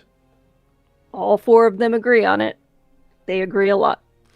Elim wiped the apple on her sleeve. Wiped the apple on her sleeve like she was trying to rub the red off. She examined it, frowned, then put it in her pocket. No offense. You are just filthy, is all. He nodded. Had to wade through Starkhaven's waste pipes to escape. You know, after you dashed ahead and left me. I was trying to flee with haste. You run like a newborn deer. Bav couldn't argue with that. He took another bite of his apple. Made no sense. They'd recovered the amulet from the lockbox at the Grand Tourney, like sneaking the sugar cake from a child's lunch. No one spotted them. No one at the tournament even sneered in their direction. Thankfully, the security dullards were predictable enough to keep their usual patrol schedule. Spectators were too busy being rich, the knights too busy polishing themselves for competition. Bav and the others snuck away from the tournament during the quarter-final jousting runs and could have touted a horn and waved a flag as they left. Then they were barely across the street before the whole thing turned to shit. Screaming Starkhaven guards, arrows, angry tournament knights riding their ridiculous horses. The whole show. Entire city jumped on their necks and Bav couldn't think of a good reason why. For that much ruckus, someone must have run to the lockbox after they left, busted it back open, discovered the red glass they'd left behind, and immediately known it was fake. Bav snorted. No way. Ellen muttered irately as she paced behind the bushes between them and the rendezvous point. The sun flashed across her face between the branches. What happened back there? I'm sitting here asking myself the same thing. That's hardly encouraging. No wonder you requested my help. You can't plan your way into a pair of pants. This is why people think we Lords of Fortune can't piss on the ground without somehow raising the dead. Bav couldn't argue with that either. Elim was a renowned specialist among the lords and did her job well. The team couldn't have snuck into the tournament without her.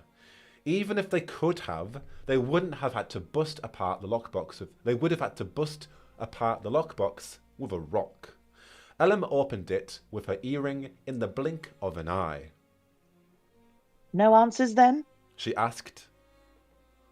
You're little better at this than your friend Herold, are you? Bav looked up sharply. His scowl chased the scorn from Elim's face, and she sat next to him. Bav finished his apple and spit the seed out. Elim rubbed a false tattoo off the back of her hand, smudging the ink away with her thumb. Once it was gone, she rubbed her hand a minute longer. I'm sorry. How did it happen? Arrow. Bav said. Quick.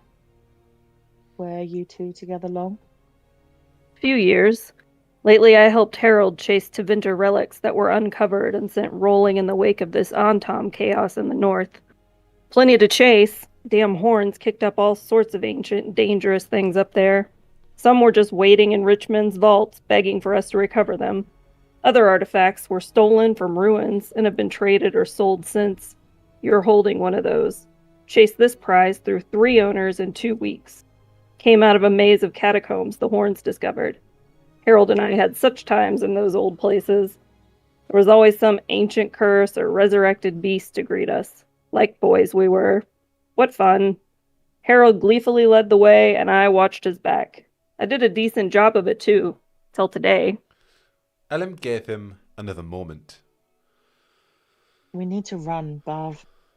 A tournament's worth of knights are too proud to let us escape. They will bring dogs. What about our hired help? The less said of him, the better. Elim rolled her eyes, then stopped when she spotted Bav's red-stained shirt. It's small, he said. Had worse. Bav figured their best choice was to flee west along the Minanta, away from Starkhaven. With luck, they could reach Tantervale, lay low, then sneak out of the Free Marches once the heat eased down. North or south was into wilderness they weren't prepared for. It was best to stick close to the farms and fishing shacks near the river. They couldn't trust the stabled horses Bav arranged for the day before. Until everyone was accounted for, they had to improvise. Ellen set a quick pace. She kept them just inside the trees that followed the riverbank. Branches that clipped her shoulders slapped her face, pushing leaves into his beard. For all her fancy, the elf moved over rough ground like it was a dance floor. Bav's daughters kept telling them he should run more. Not for any reason, not from any monster, just to end up in the same place he'd started. Good for his heart, they said. What kind of sisters agreed on everything? He and his own siblings fought like badgers. Ahead, Ellen grabbed mint root leaves from a tree and rubbed them over her arms and neck until they were a shredded, pungent mess that crumpled from her hands. Moments later, he couldn't smell her perfume anymore.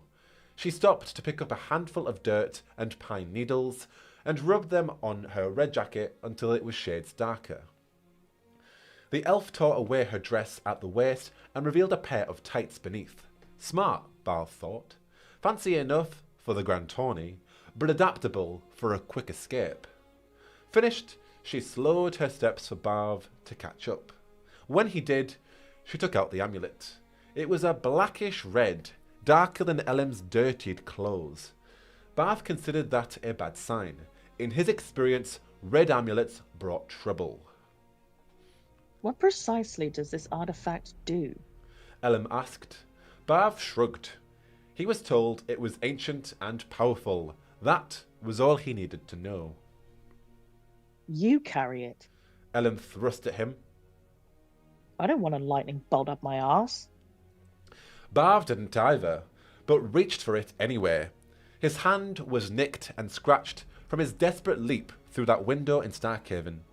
If the amulet shot lightning, he figured it would have gone off by now. Ellen grabbed Bav's shoulder and pulled them both to a crotch. There was thrashing near the river up ahead, farther up the bank. Something stomped through the green and didn't care who heard. A faint, deep voice floated through the trees. Ellen sighed. Amstot. Apparently, he's talking to himself. Sounds like a bear. He must know we're being hunted. He makes even you look sharp. Leave him to get picked up by the guards. Nothing he could tell them worries me. You didn't tell him too much of your background, right? Bav shook his head. Might know something about what happened at the grand tourney, though. Why it stunk. When's the last time you saw him? He was running in the same direction as us, just on a different path. I saw him charge past a memorial of some sort. There were flowers all over it and a flame in the middle. Idiot nearly knocked the whole thing over. Bav remembered the memorial. He'd stopped there on the way in. Flowers there were for Jacques Gallet, the chevalier who won the last pompous tournament. I heard he was dead. Ellen said. I heard he was murdered. More thrashing and cursing carried along the riverbank. Panstot would draw attention soon. From their pursuers or something worse lurking in the river. There were stories. Where did you find him? Ellen asked. Aim recommended in Tantervale. Looks the part well enough. Ellen withered him with a glare. You hired him for his muscles, requested me for everything else. What precisely do we rely on you for? Bav studied his boots. My specialty is escapes, exit strategies. She gawked at him. You couldn't find your way from a horse's head to its arse. Yeah, today isn't really a career highlight. Their heads snapped around as barking echoed behind them. The hounds had their scent. It was back to Starkhaven then, chained in a cell, while another artifact was lost to stuffy fools and their boring collections. The river will hide our scent, he said. She eyed the water. There are good reasons to stay out of the Menanta. I got better ones to go in. Bav knew it was a bad idea. First rule of escapes, never go in until you know every way back out. The Menanta roiled,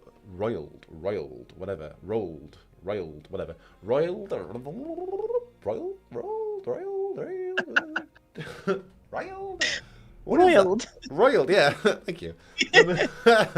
The Venanto roiled around their boots as the two Lords of Fortune waded into its current. The riverbed was rough with rocks and thick with plant stalks and vines. The spring rush was too muddy to see more than a foot down. The water rose to their knees and overwhelmed any sound from Panstot ahead or the dogs behind. Barv grit his teeth against the icy river. He'd taken colder baths. Still, they couldn't stay in the water long. It was too disastrous a day to get frost in their joints. Elim gasped as the water reached her waist, then stopped dead. Her long jacket floated in a red circle around her. Something moved, she said. Barv looked back at the riverbank. As they pushed through the rushing water where he expected a Starkhaven scout to stare back at him.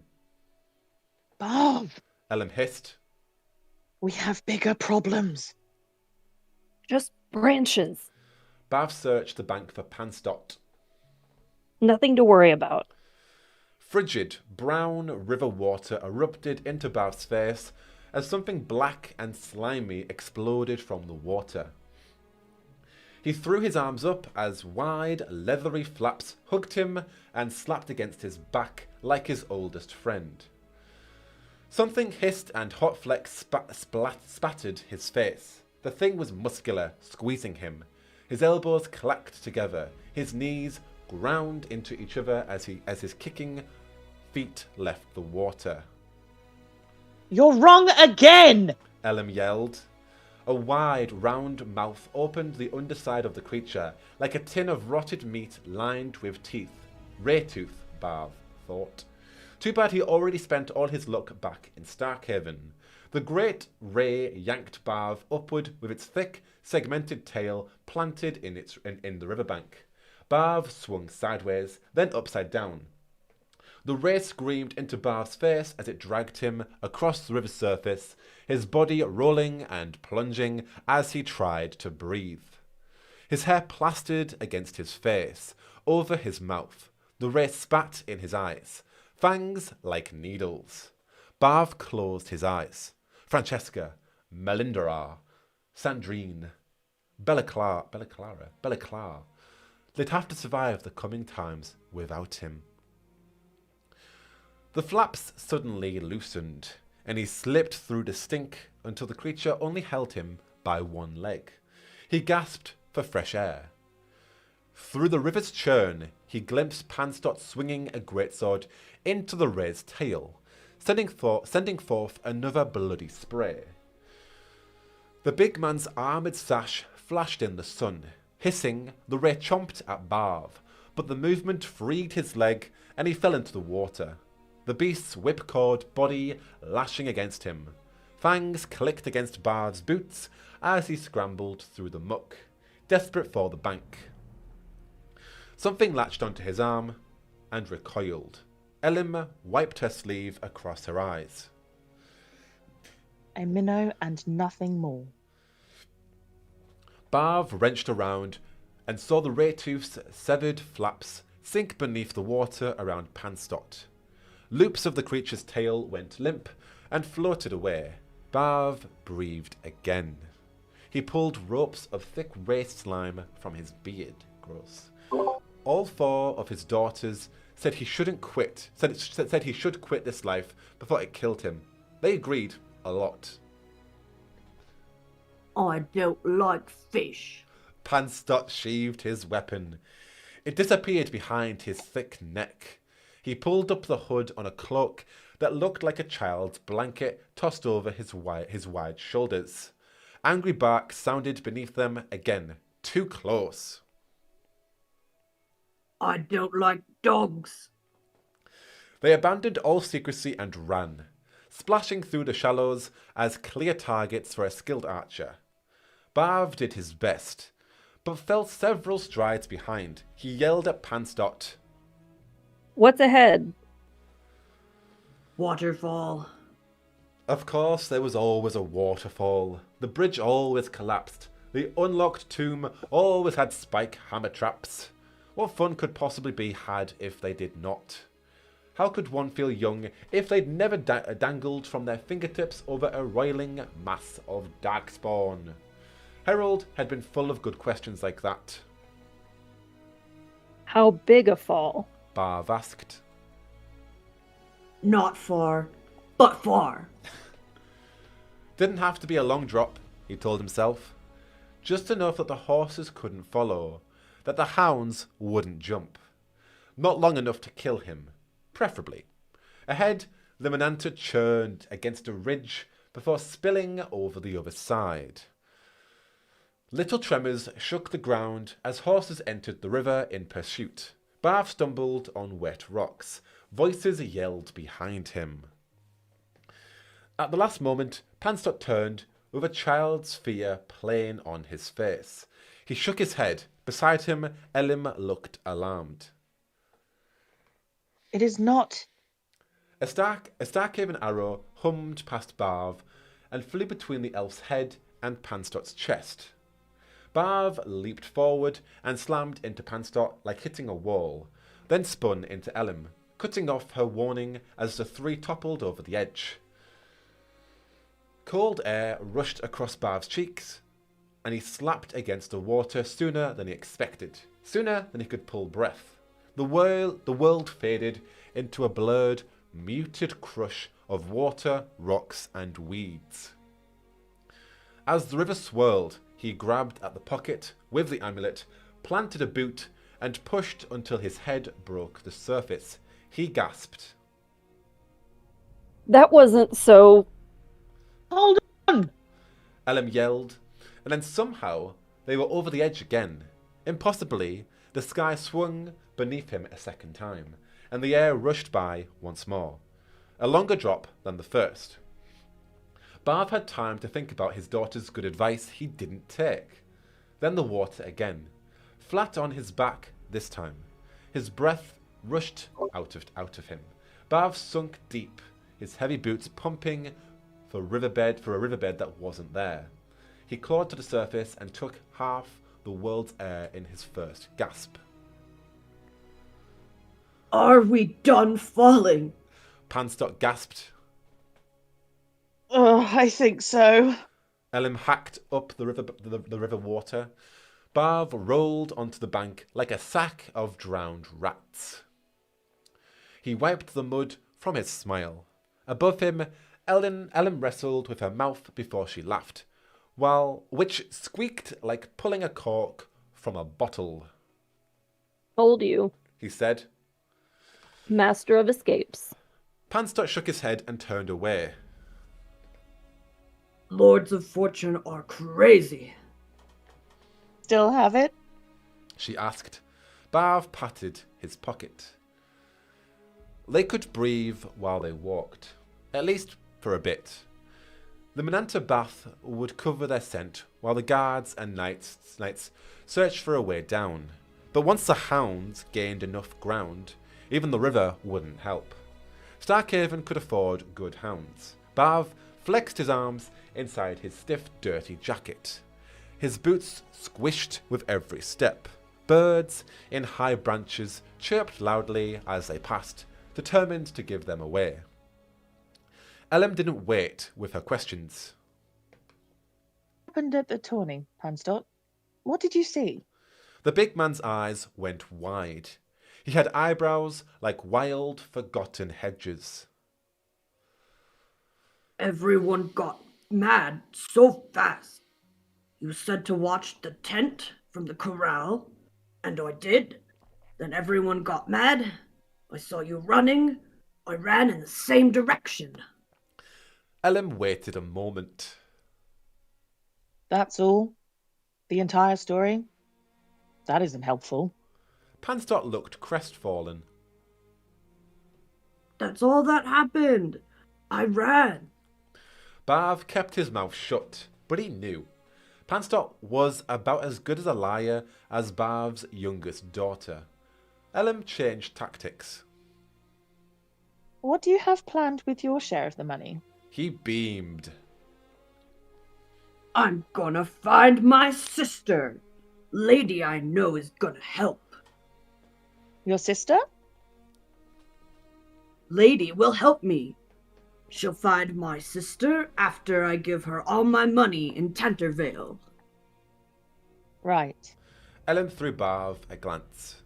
Panstott hadn't mentioned a lady, sister, or any woman when Barv hired him in that toilet of a bar in Tantervale. The man took up 2 tables by himself, and that was the only qualification necessary. Don't push it, Ellen. Don't push it, Ellen, Barv thought. Let him get there. To her credit, the elf shifted strategies again. Where are we headed? Surely we are running somewhere. Barv shrugged and stopped walking. Time to say it, he supposed. Only Herold knew that. We're selling it to someone he trusts. He never said who. Ellen drew a knife Barv didn't know she had, muttered to herself, then sheathed it again. Stupidest words I ever heard, and I rarely hear any other kind. Barv frowned. What do you want? Blueprints of the plan? Never made them. Herold and I usually just lit something on fire and tossed it on the pile. I don't know the buyer's name, so guards can't squeeze it out of me. 2 people know. That's twice the chance to ruin the job. You know, I should be the one giving you the strange look. My way is the Lords of Fortune way, and... Your way is falling down a lot. Don't fight, Panstott said softly. It's done fine so far. Every great story in Ravane ever told. Done us well against the damn Antam and the Venatori, best treasure hunters in all the world and in all the caves beneath it. We only needed you. When your way wouldn't work. Why'd you come down here with us worms anyway? Barv asked. Slumming? I'm exceptional at what I do. You shouldn't need any other reason. Panstott stepped between them. Herold said we would give the amulet to a squire. I heard him talking. Ellen snorted. Ellen snorted and looked horrified she'd done so. No squire can afford that amulet. Not if I'm negotiating. Barv furrowed his entire face. Something Herold once drunkenly said about a squire. Ellen gestured to a high point on the riverbank. Panstott, go see what lies ahead. You're tallest. Barv and Ellen waited until he was out of earshot, and both opened their mouth to talk. She beat him to it. Stop your childishness. We have larger, dumber problems. What lady is Panstott talking about? Barv gestured in futility. I don't ask hired thugs about the women in their lives. We needed someone who picks his teeth with table legs, and Panstott wanted coin. The perfect partnership. We shook on it, then we drank. Could be sticky, but who cares what he does with his cut? If he's being conned, it's not on our backs.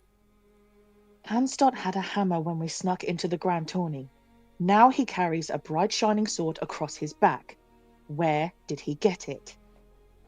Might have picked it up fighting his way out of Starkhaven. Possibly. I need a closer look.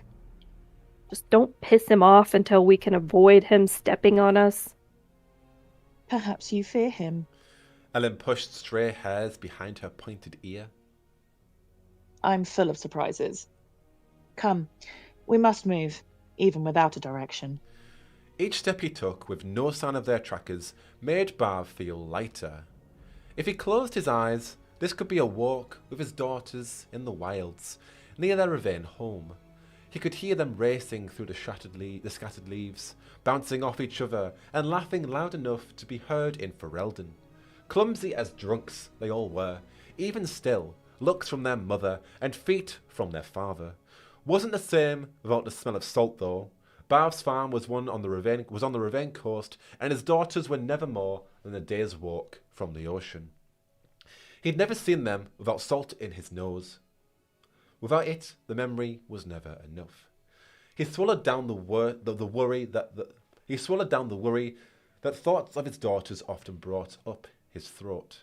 The violent business between the Qunari and Tevinter was still well away from his farm. But only fools believed in the strength of borders scrawled on a map. Safety could be snatched away even by slight winds. Chasing relics across Tevinter, he and Herold had witnessed firsthand the children and families wounded by the northern battles. They'd passed several makeshift hospitals with thin walls that bulged with fresh patients. Real wartime shit. It was difficult to walk away from. For 2 days after, Bav nearly had to drag Herold south. He kept looking back, and Bav didn't need to ask what misery was on his mind. Up ahead, the sun through the trees lit the afternoon sky in purple and orange. Bav stared at it until his eyes hurt.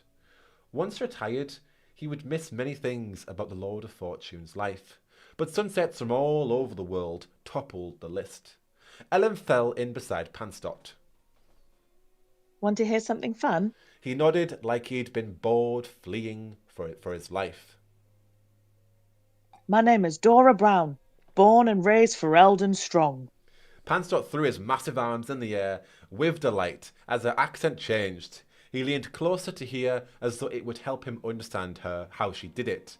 It even caught Bav by surprise, and he knew about Ellen's skills. Her voice dropped from refined to cheery woodland in a breath's span. Just as appealing, but for different reasons. The Ferelden accent was spot on. As a younger man, he chatted up enough barmaids to recognise it instantly. It's your misfortune to meet Claudia Pirro of the House of Crows. Panstott clapped, and Bav chuckled. It was uncanny. Margot de la Mort, monsieur. You caught me on the way to the Orleans court. Panstott pointed excitedly at Ellen. Looked like he might wet himself. That's a good one. Sounds like the lady who will find my sister. Ellen glanced back at Bav. He knew the same question had popped into her head. Why would an Orlesian woman offer to find a Tantravel brute's sister? Long way to travel just to keep a stranger. So generous. Yet she was charging Panstott all the money he had to find missing family. Bav's daughters, particularly young Sadrine, lectured him that kindness needed no reward until he wanted to slice his ears off. He'd never believed that. Stealing and adventuring did that to a man. Ground down whatever optimism he'd passed to his daughters until he no longer understood those who worked at drudgery for their coin. Eroded his faith in people until he wondered what everyone was taking. Used to drive his daughter's mother crazy. Bless her. Tell me about your sister. Ellen was back to her original accent. Panstott smiled. My big sister. She used to push me around, in a good way though, to show her feelings. We grew up in marshes, saw our parents only when they caught us. She looked out for me, killed snakes for me. She thought of things for me all the time. And you need to find her? He nodded. She went away last year. She was supposed to write me. Where was she headed? Anderfell's gone to become a Grey Warden. Ellen put a shocked look on her face. That is a long way indeed. A dangerous one too. She's a very big sister. The elf switched to her Orlesian accent. And your lady believes she can find her? He brightened at the change in accent. Lady Lucy, yes. She's sure my sister might be found. Says so all the time. Might be found. Will be. Panstott put threat into those two words. Bav figured Ellen noticed, same as him. Lady Lucy says she can find anyone. Her husband is also a warden. Ellen cocked her head. Really? Shit, Bav thought. Another potential new wrinkle. He patted the amulet in his pocket. The more unknowns on a job, the more he checked the goods. His hand felt different, scraping across his rough jacket. No pain, he examined it in the failing light. The scratches he'd gotten from the window in Starkhaven were gone. He flicked his hand around at different angles to see if it was a shadow's trick. Smooth skin no matter which way he turned. Looked 10 years younger than his other hand. He opened his mouth, shut it again, and tugged his sleeve down. He skimmed a couple of fingers under his shirt. The wound on his belly was still open, but the pain had dulled from searing to a low throb. So the damn amulet healed people. Nice trick. Guilt tickled at Barv as he flexed his healed hand in his pocket. He would have told Herold about it immediately. Maybe the amulet could have grown back the toe on Herold's left foot. Claimed he lost it fighting a sea beast during his naval service, but that wasn't true. Herold could barely hold his lunch down in the bath, yet swore he swung an axe while clinging to a burning mast amongst roaring waves and the beast's mighty jaws.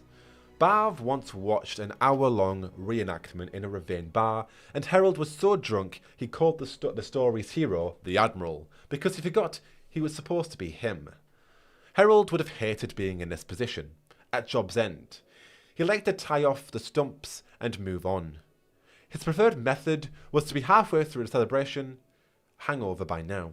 Herold's plan to move the amulet back north where it belonged would have been something simple. Someone to move it, a meeting place he'd been before, where he knew the doors and windows, his usual routine. Barv didn't think Herold would risk dealing with anyone new. But bad news was that still left a long list of potential friends. Herold lived his whole life like he was running for public office. He slapped backs like everyone he met was choking on a grape. Grape, yeah. Herold truly trusted only a scant few of his contacts, and Barv kept a close eye on the rest. Still, the list of his free marcher friends had to be short. Most of their fellows and enemies were farther north. Herold was in a foul mood his last days, ever since Barv dragged him away from the rows of stretchers and wounded in the north. They'd been chasing the amulet from bandit to slimy agent for too long. Once inside the Free Marchers, Herold guessed they were headed to the Grand Tourney. Rich targets and stuffy collectors from all over Thedas would be there, and it was a bad place for their prize to land. Herold and Barv didn't credit much brains to a wealthy crowd entertained by men pushing each other's horses with sticks. But their sheer numbers were the problem. If our prize gets lodged in a place packed with heroes, braggarts, and guards, Herold said, we'll never pry it free again, not without a bigger fight than we'd prepared for. Stop, Ellen whispered. She crouched behind trees, and they followed. Barv and Panstot swung their heads about, but she closed her eyes and relied on her ears. She pointed east, the way they'd come. Barv peered through the branches. They should have left the riverbank, he thought. Herold would have said so. The deeper woods were more dangerous, but the river was the most obvious trail their pursuers could follow, and hope they'd catch up.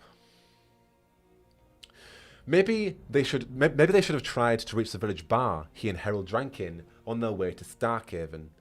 At least Barv knew that place. We only want the sword. It was a man calling. Though, we will take your thieving lives all the same. Ellen cocked her head. Ferelden accent. Must be a tournament night. He says he wants a sword, Panstot. Another voice, from the north, demanded they show themselves. Sounded like they were shouting blind in all directions. Still, they'd found their way down the riverbank faster than Barv expected.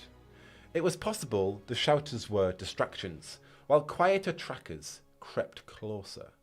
Tournament nights were no more clever than Wood, but the Prince of Starkhaven enjoyed a solid reputation throughout the Free Marches. No fools would be counted among his pursuing guards. As they crouched and the shouting continued, Barv and Ellen finally got a good look at the greatsword across Panstot's back. There were intricate carvings and numerous names etched into the steel. The blade gleamed. Aside from the dried ray blood, it was no guard's sword picked up in the fray at the tourney. The shouting faded, though none of them stood. The elf turned with a vicious look in her eye. Show us that damn sword. Panstot looked bashful. He pulled the greatsword from its makeshift sheath, the golden hilt shining even in the setting sun. The big man held it up, but not out. Where did you get that? Elam asked. The tournament, I just grabbed it.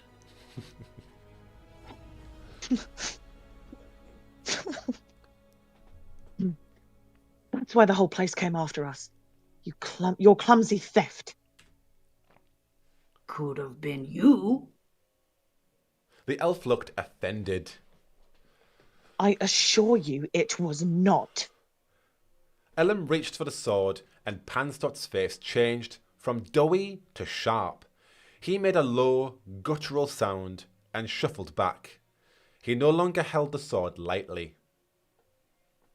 No. Let me see what I am chased through these filthy woods for. What Herold died for. Barv used a tone he rarely did with men that big.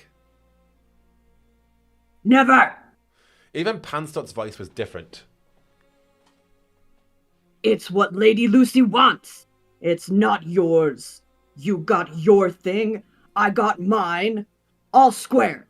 The elf scoffed. Hardly square. We didn't get caught.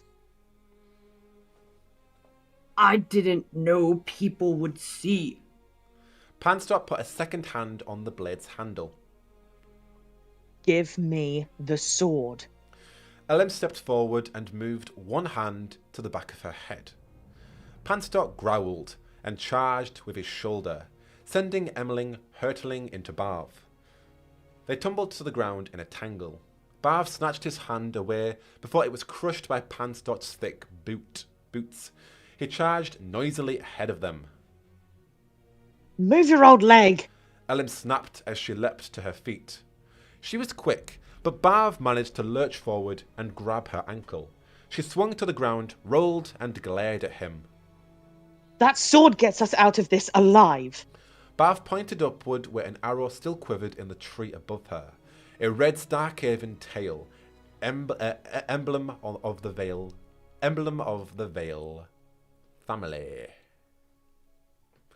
Hoofbeats sounded back along the riverbank. The two Lords of Fortune broke and ran, winding and scrambling through the cover of trees and rocks. Barv looked behind them and gawked at the pair of tournament knights that galloped after them. All four of Barv's daughters thought he should quit hunting down shiny things. They all agreed. Moments like this, so did he.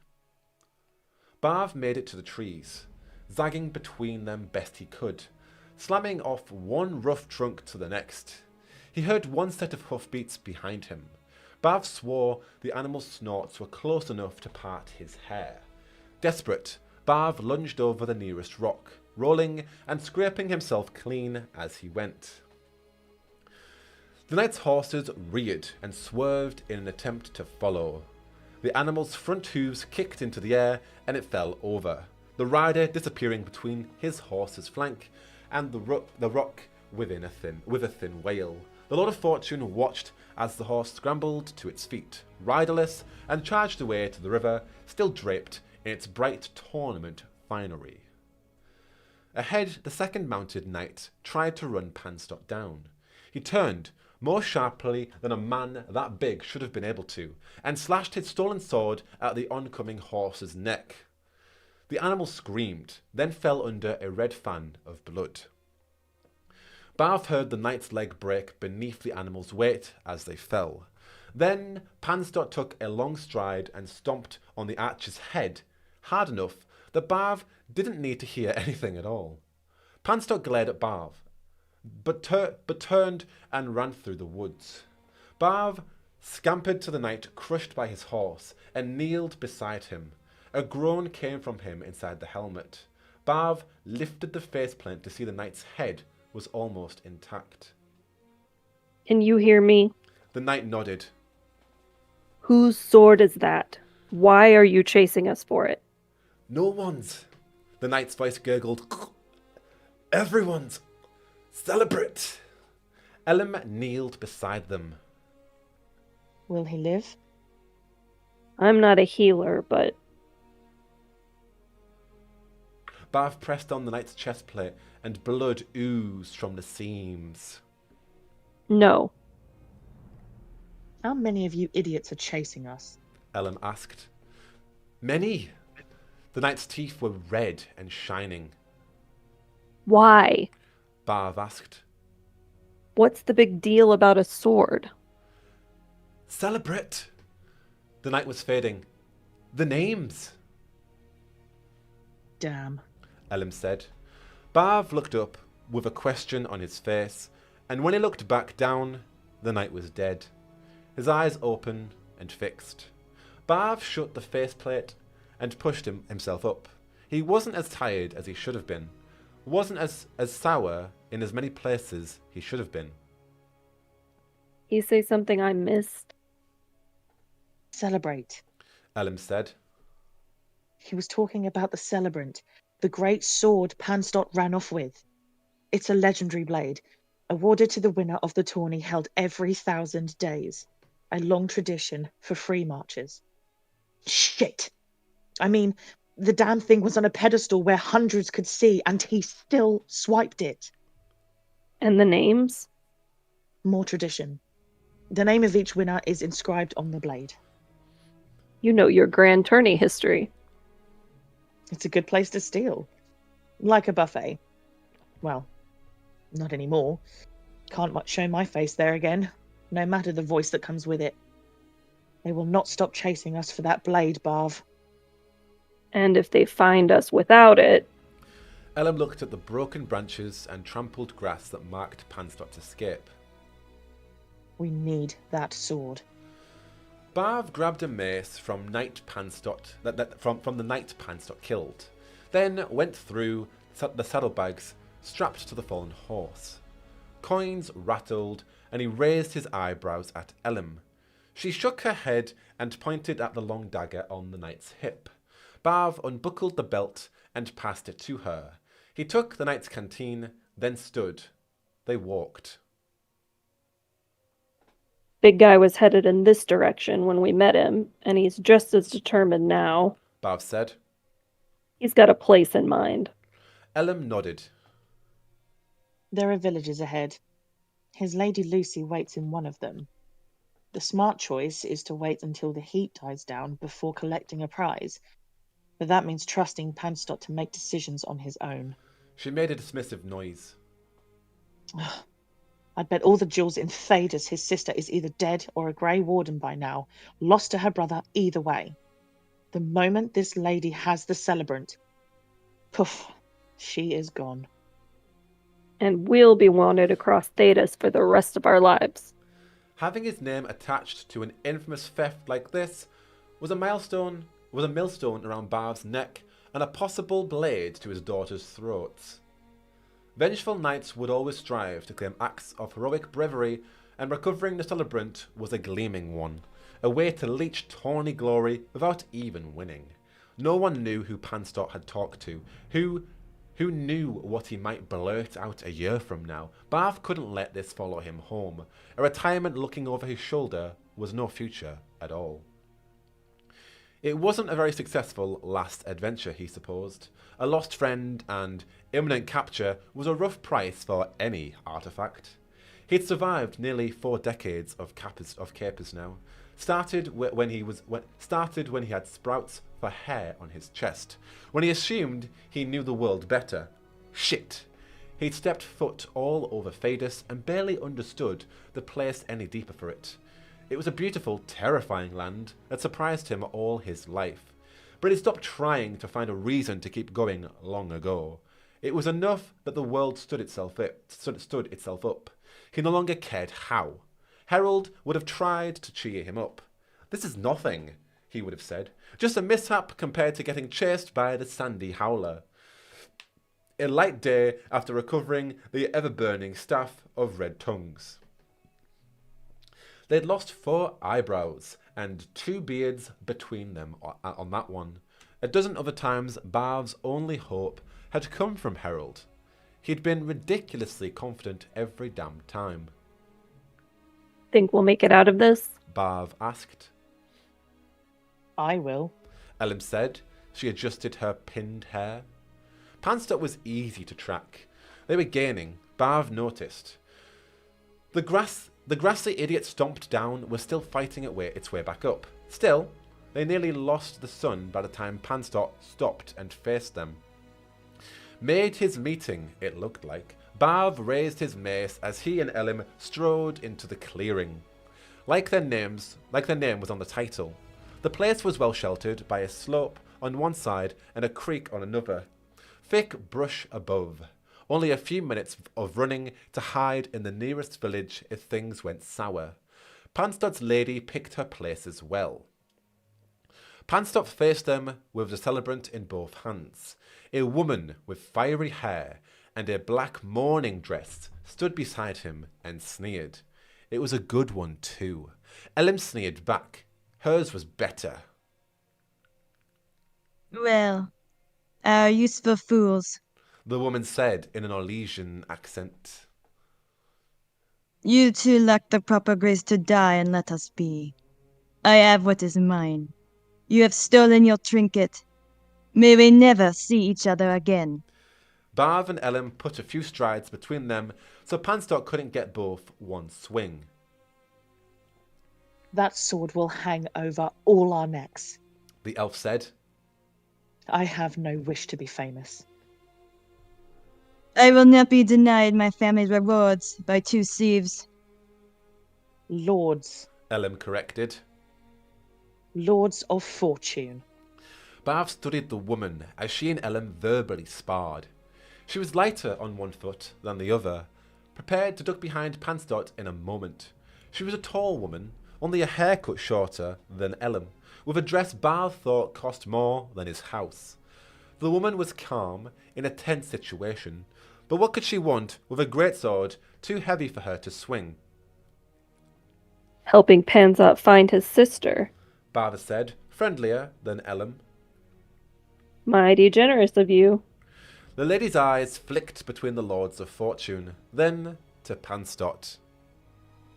He mentioned your husband is a Grey Warden. Bav said. Now, how long's he been doing that? None of your concern. Flee our mutual pursuers in any direction but mine. Last chance. Why not face them together? We have this huge sword on our side. I'm impressed that it's yours. You become Grand Tourney champion, I suppose? Is that why you're trying to sell it? Is that what you're trying to sell here? It was him, not me. Lucy's voice cracked. He was my champion. Panstot glanced at the lady. Confusion softened his scowl. Bav pieced it together even as the words came out of his mouth. You were his wife, weren't you? Sister, maybe? The Chevalier who won the last tournament. JACKDAUDIBLE'S. Elim snapped her head around. The Chevalier from the memorial? The lady flared and jabbed a finger forward. Do not say his name. Kill them, Panstot. For your sister's sake. Bav tightened his grip on the mace just as Starkhaven guards and Tournament Knights stepped out of the woods from both clear sides and across the creek. They'd finally abandoned their horses and were far quieter for it. The knights had even taken off their clanging armour, clever for once, and at the worst possible time, of course. "Hold!" called the Starkhaven captain. "No one move!" Murderers.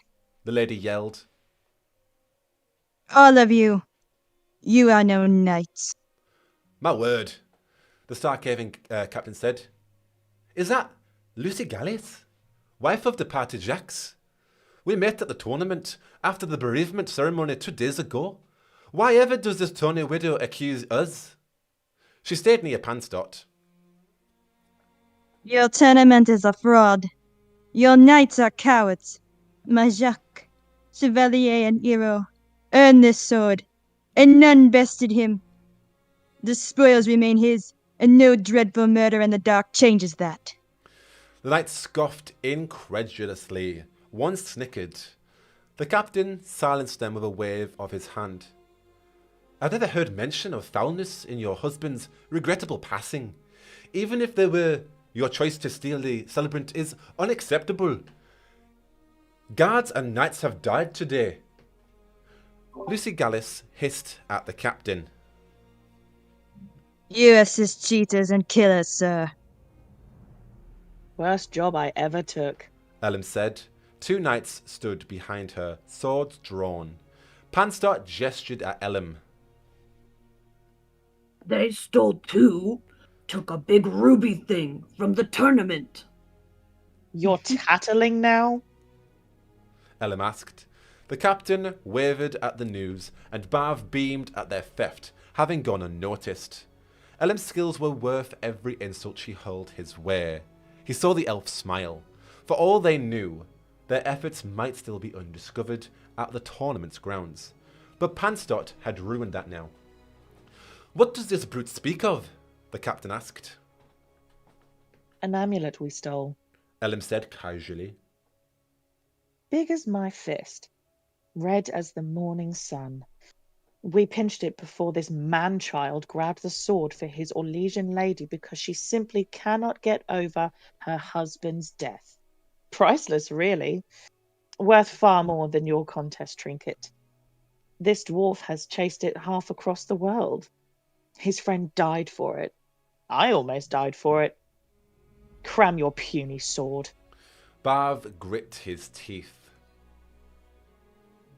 Just kill them, Panstott. Lucy said. All of them. The guard captain put up both his hands. Now, wait. Bav took a deep breath. Francesca, Melindara, Melindara, Sandrine, Belleclaire. I no longer even want this damn thing. Ellen's hand flicked out of her pocket and tossed Bav's apple high into the evening air. For a moment, no one moved. Only Bav spotted the fake, and he was still rooted to the spot. Then, in the next moment, everyone in the clearing charged in a different direction. Bav raised his mace as the Starhaven captain crushed into him. The younger man's eyes still locked onto the apple. The mace spun from Bav's grasp as they struggled. See here. Bav slammed his elbow into the captain's throat and shoved him aside. He needed to grab Ellen and get out. The rest would take care of itself. With the sword recovered, the knights wouldn't give chase. Not all the way to Ravine. Another Starhaven guard tackled him, and Bav spun into a tree on his way down. The 2 of them rolled and grappled as Bav tried to avoid the guard's dagger. A knight reached the rolling apple, and Ellen kicked him in the face as he crouched to pick it up. She planted her other foot, pushing back, and drove her elbow into the guard, chasing her. His nose splintered against her forearm, and he fell with a wet, miserable howl. Uncivilized, she muttered. Bav rolled from under the Starhaven guard to see Panstott send knights diving in all directions to avoid his mighty swipes of the celebrant. He was quicker than he looked, and his reach kept the knights moving instead of engaging. Panstott hacked at one man who veered too close, and blood sprayed against Bav's face, blurring his vision as it splashed in his eyes. The guard he'd been wrestling lurched after him, and Bav felt something hot across his chest. Warmth poured down his belly. "The brute!" someone yelled. "Focus on the brute!" "Kill them, This Panstott!" is my line. I don't know. Oh, okay. It says someone, so we'll just do that. "Kill them, Panstott!" Okay.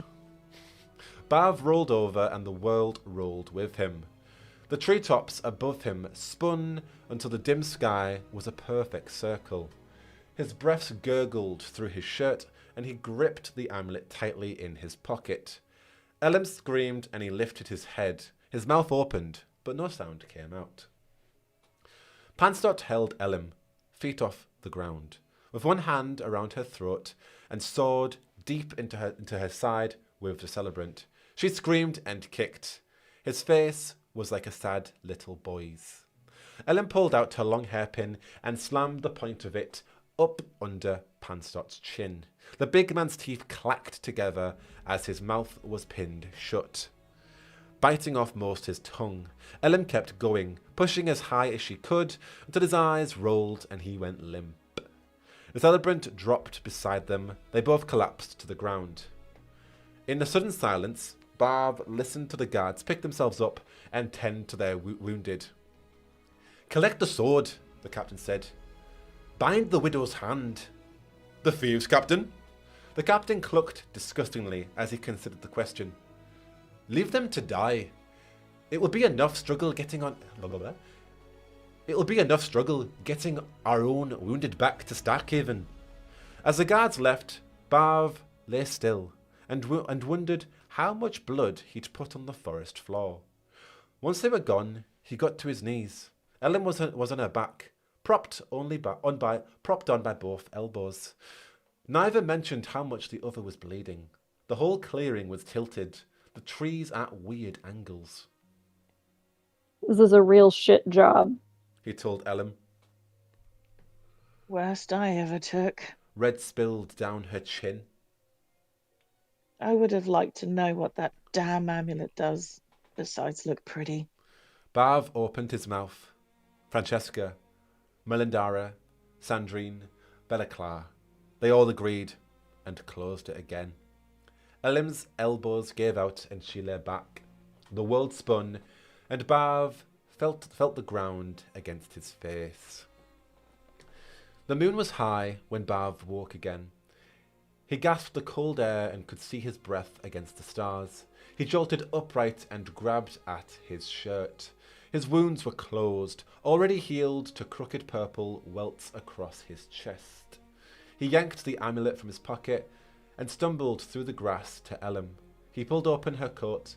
The elf's jacket shone dull red in the moonlight. She was cold. Barv held the amulet against her side. She spent the night that way, hoping the amulet... He spent the night that way, hoping the amulet would resurrect her.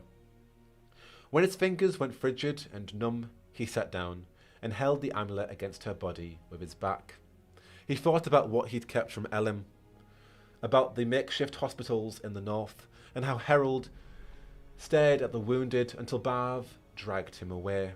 As he shivered in the night air, Barv wondered how long Herold had known they were chasing a healing amulet. Once pink finally threaded through the sky, Barv let the amulet drop, rolled onto his back next to Ellen, and watched the sunrise. "Real shit job," he said. Barv circled the bar in the nearest village, downriver 3 times, while he tried to spot any warning signs. Place looked the same as when he and Herold got drunk inside on their way to Starkhaven days before. Of course, Herold had been casing the spot as a potential meeting place. Barv should have known. There was a pattern to Herold's plans, and a meeting place he trusted was always part of it.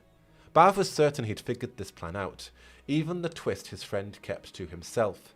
Herold or Ellen would have done a smoother job tying this off, but he owed it to both of them to see it through before he fled 3 marches as fast as his stumpy legs could take him. Good riddance to the whole pile of shit and their damn tournament. Get over the hill and gone already, home like he'd so often promised. There were already a few customers inside the bloody mirth when Barv trudged through the doors. Either the drinkers were mighty early or impressively late. Barv couldn't argue with that. He planned to live in bars from here to Ravane. 2 cups and order all the way home. At the main bar, a tall knight with a salty beard and a Ferelden accent told a story to 4 other customers. He was good at it too, filling in details that proved he'd been places rather than just hearing about them. Barv nearly stopped to listen. "Something?" the bartender called. "Big. Make it 2. He paid his coins and grabbed both dirty glasses. The tables past the bar were empty, except for an elf, whom Barv assumed was the squire Herold mentioned in drunken stories and accidentally spilled the beans about to Panstot. Her eyes flicked to the front door, then the storyteller as Barv approached. He sat and slopped his drink on the table. For a moment he glanced at the opposite corner, near the largest window, where he and Herold had sung only 2 nights before. This is not a good time. The young elf wrinkled her nose at his stink. I'm expecting someone. Barv enjoyed finally sitting down too much to answer right away. The elf glared at him.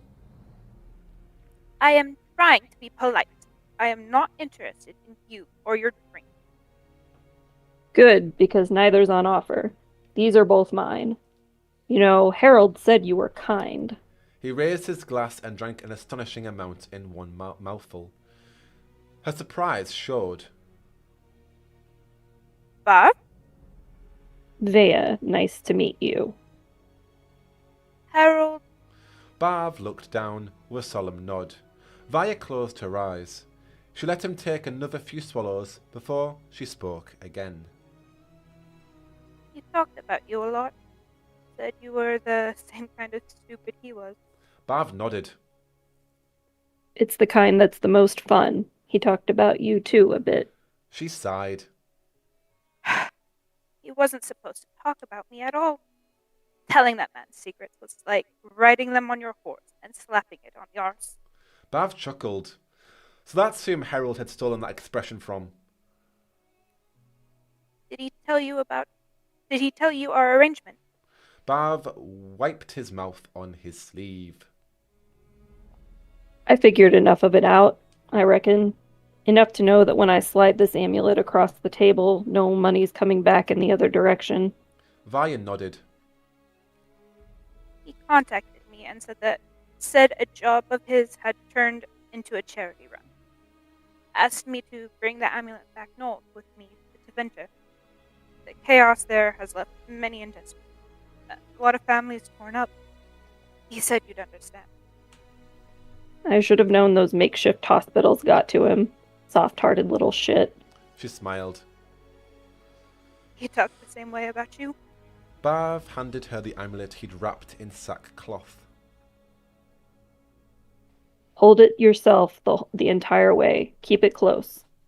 The elf poked the sack with one finger. Does it work? Only on the living. Barv drank until there was only a half thumb of swill left in his second cup. He raised it high, his arm trembling, and his bottom lip gone between his teeth. Via raised the empty glass. To the Lord of Fortune. To Herold, our friend. Barv's smile and tears broke at the same time. To Herold. He never met a giant snake he wouldn't wrestle. Long may he adventure. End of the story. Well done, everybody! Woo! Yeah. Oh my goodness. Fantastic. Hooray. Everybody's voice was Beautiful. fantastic. Oh, beautiful. I Beautiful. loved it. Yeah, it's beautiful to listen to. One tiny thing that kind of bugs me at the plot is like Vaya gets an amulet that can heal people, and spoilers, but she takes it to Tevinter. So Aaron's still alive in the book because that's who's also there. Yet, like, she knows it's got healing properties. So Aaron literally like is dying. Like he's already suffering through a lot anyway. He's the most likely to die, and she could have just given it to him at the end of the comic, bearing in mind she has this amulet, but she doesn't. So it's like, when did she drop it off? I can't remember if that was established in the comics. I don't think it was. But that's just a pet peeve of mine, just so Aaron could be alive. We'll But be reading them very, very shortly, so I'll look for the plot holes in there. please do. If you even see her like hand off an amulet or something like that, would be great, because Yeah. even if it's just like I a don't tiny remember. thing. Yeah, neither do I. And I know this came out after that, but who knows? Who knows? But no, thoughts on the story? Anybody got any thoughts on it? I liked it. Yeah, I actually did This really one- like it. yeah, Mhm. yeah. I like it too. It really, like I said before, it ties in the themes of just like all of these stories just confronting directly like the thing that you're trying to overcome, and I love that it was like a foil in the end. Yeah. From Harold or not from Harold's death and how it affected Barb, and then Lady Lucy's husband's death and the choices that she made because of it. So both of them, I don't know. It was just a very interesting back and forth. Like Barb had more to live for and he went for it, and Lady Lucy didn't, so she caused so many other tragic deaths. Yeah. It was Not just really caring interesting. about the consequences at all. Yeah. Yeah. I definitely enjoyed it more this time with all of your voices. It made it a lot more easier. Like, it just made it so much better. Yeah, I agree. Because even Elim's dynamic, I forgot how fun she was, and then she's doing all these different accents. I was so sad when she died. Yeah, well, that's the thing. That's what I did like was at the end of his choice, he could have saved her, but he thought of his children, and he thought that's actually the entire point. I'm here is to go back to them. He's already lost Herold. He kind of, and he's thinking selfishly, and I get it. Obviously, in that scenario, he's chose himself. He's got more to live for. Yeah, and it sounds like his wife isn't in the picture, so he's all they have left. Yeah. Just his kids, and I'm trying to remember here. Did he keep it to himself the entire time that it had healing properties? Yeah. Yep. Yeah. Yeah. Anybody. That was a choice. Yeah. Justice for Elim. Yeah, literally. He's like, nope. I'm not biased at all, but she deserved better.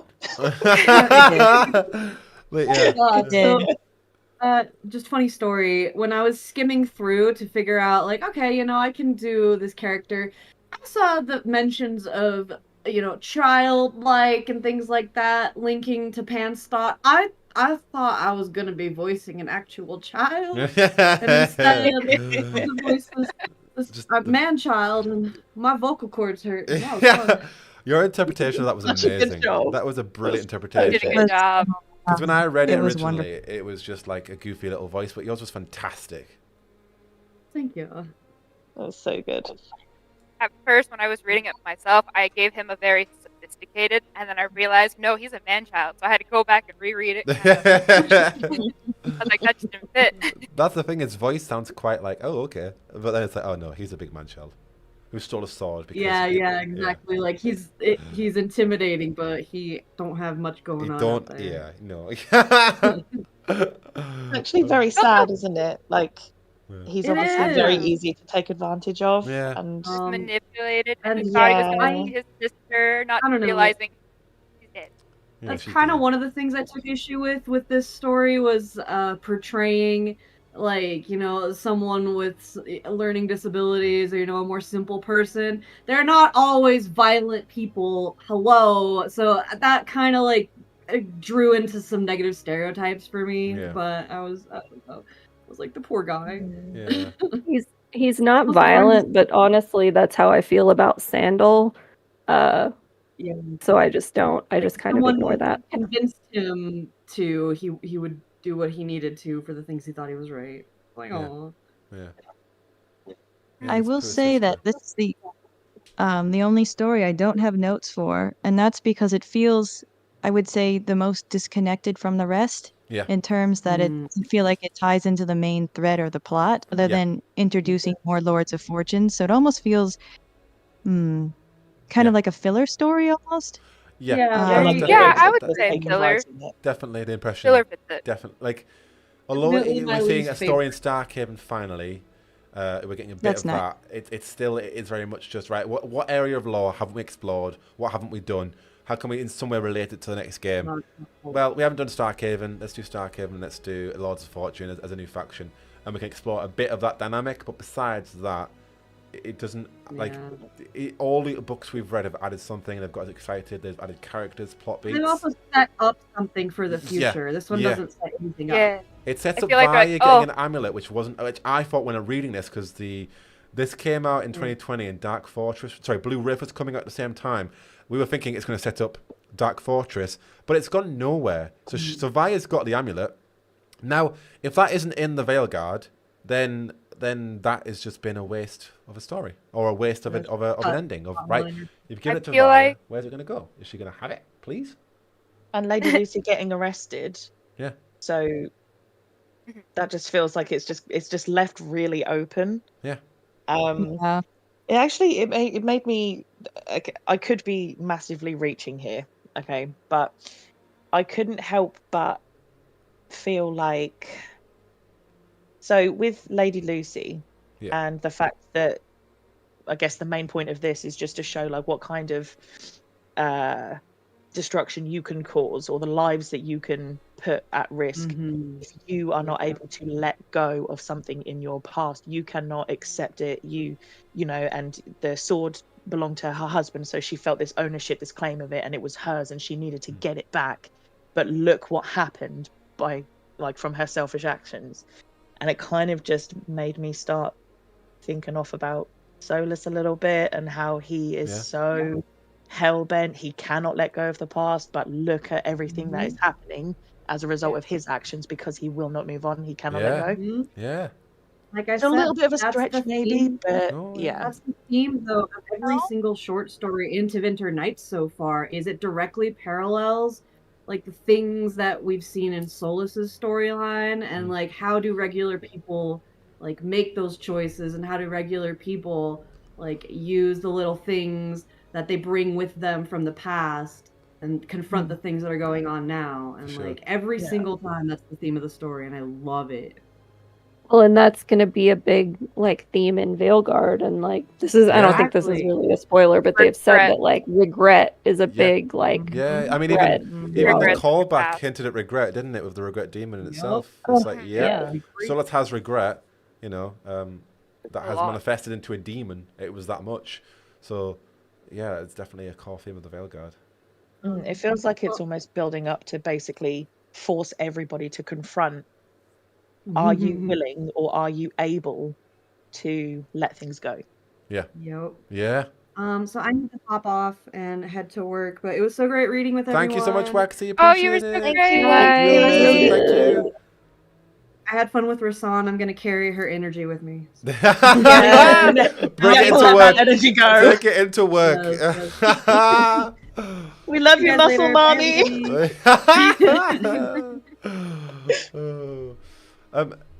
Anybody have any thoughts on Genitivi dies in the end, or any other thoughts that we have on either of these two books? I just gotta agree with Herold. It's a definite filler. I think when they were writing this, it felt like they were like, we don't have enough Lords of Fortune in here. We just gotta really quickly throw this in here, add a little more. For sure. Yeah, that's the thing. I like the exposition of Lords of Fortune, but also even in that regard, it isn't what we don't already know based on Holix and even Mateo. It doesn't actually add anything new, because Holix did a brilliant job of setting Ravane.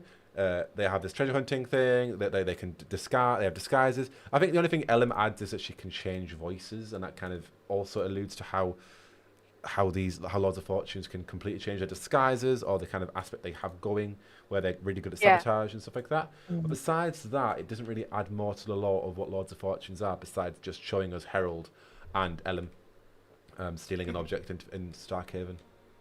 Yeah, and it kind of just, to be honest, I mean, I actually did really, I enjoyed that. I thought that was good fun, but I am kind of just left thinking, well, I want to know more now. I want to know Barb's history. I want to know Ellen's history. How did they meet? How did they come together to do this? And I want to know about Panstot.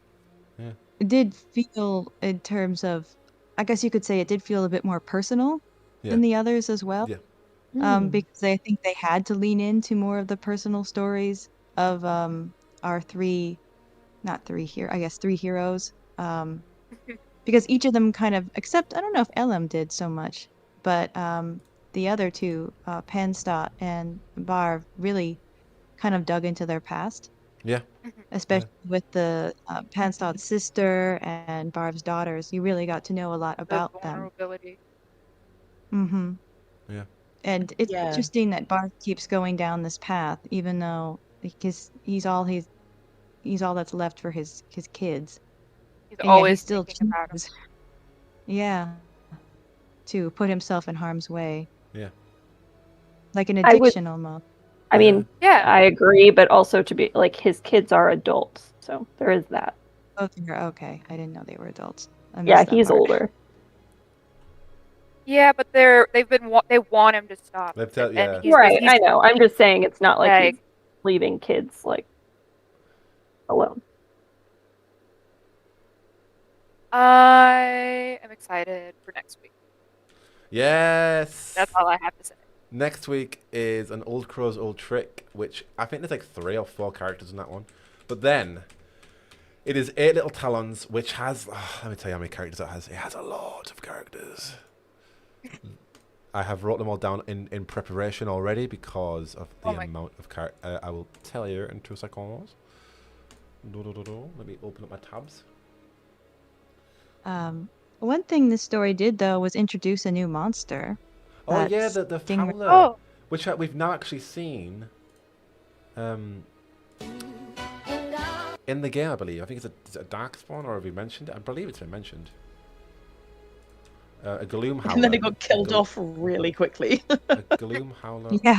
or something. It's like, here's this new monster. Yeah. It's terrifying and it's really scary and it's gonna kill Bav and it's dead. Moving on.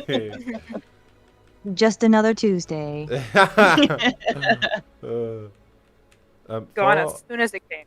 For 8 Little Talons, we have Veilguard the River, a Coachman, Andrea Cantori, a tiny role of a servant, a gondolier, whoever rings a gondola, Caterina della Morte, Dante Balazar, Lyra Valisti, Bolivar Nero, Emil Cortez, and Gaili, I need to brush up on the names before next week. Gaili Ariani. 1, 2, 3, 4, 5. 1, 2, 3, 4, 5, 6, 7, 8, 9, 10, 11 flipping characters. Bearing in mind, 3 of those, three of them are servant, gondolier, and coachman, and then Lyra's in it for a minute. But that means 1, 2, 3, 4, 5, 6, 7 characters who have like significant dialogue. It's so fun. Yeah, that'll be a good one. Well, count me in for that one. I'll put the list in straight away after this one and see how many people want to do it, because it's 11 people. Well, it can be 11 people. I can do the gondolier. Yeah. I love it when you play an NPC, Jack. I probably will do more NPCs for next week, because if there's already 11 characters, that's like 7 or 8 people I need to get for it. So, yeah, that'll be the biggest one yet, I think. We'll work on that one. Yeah.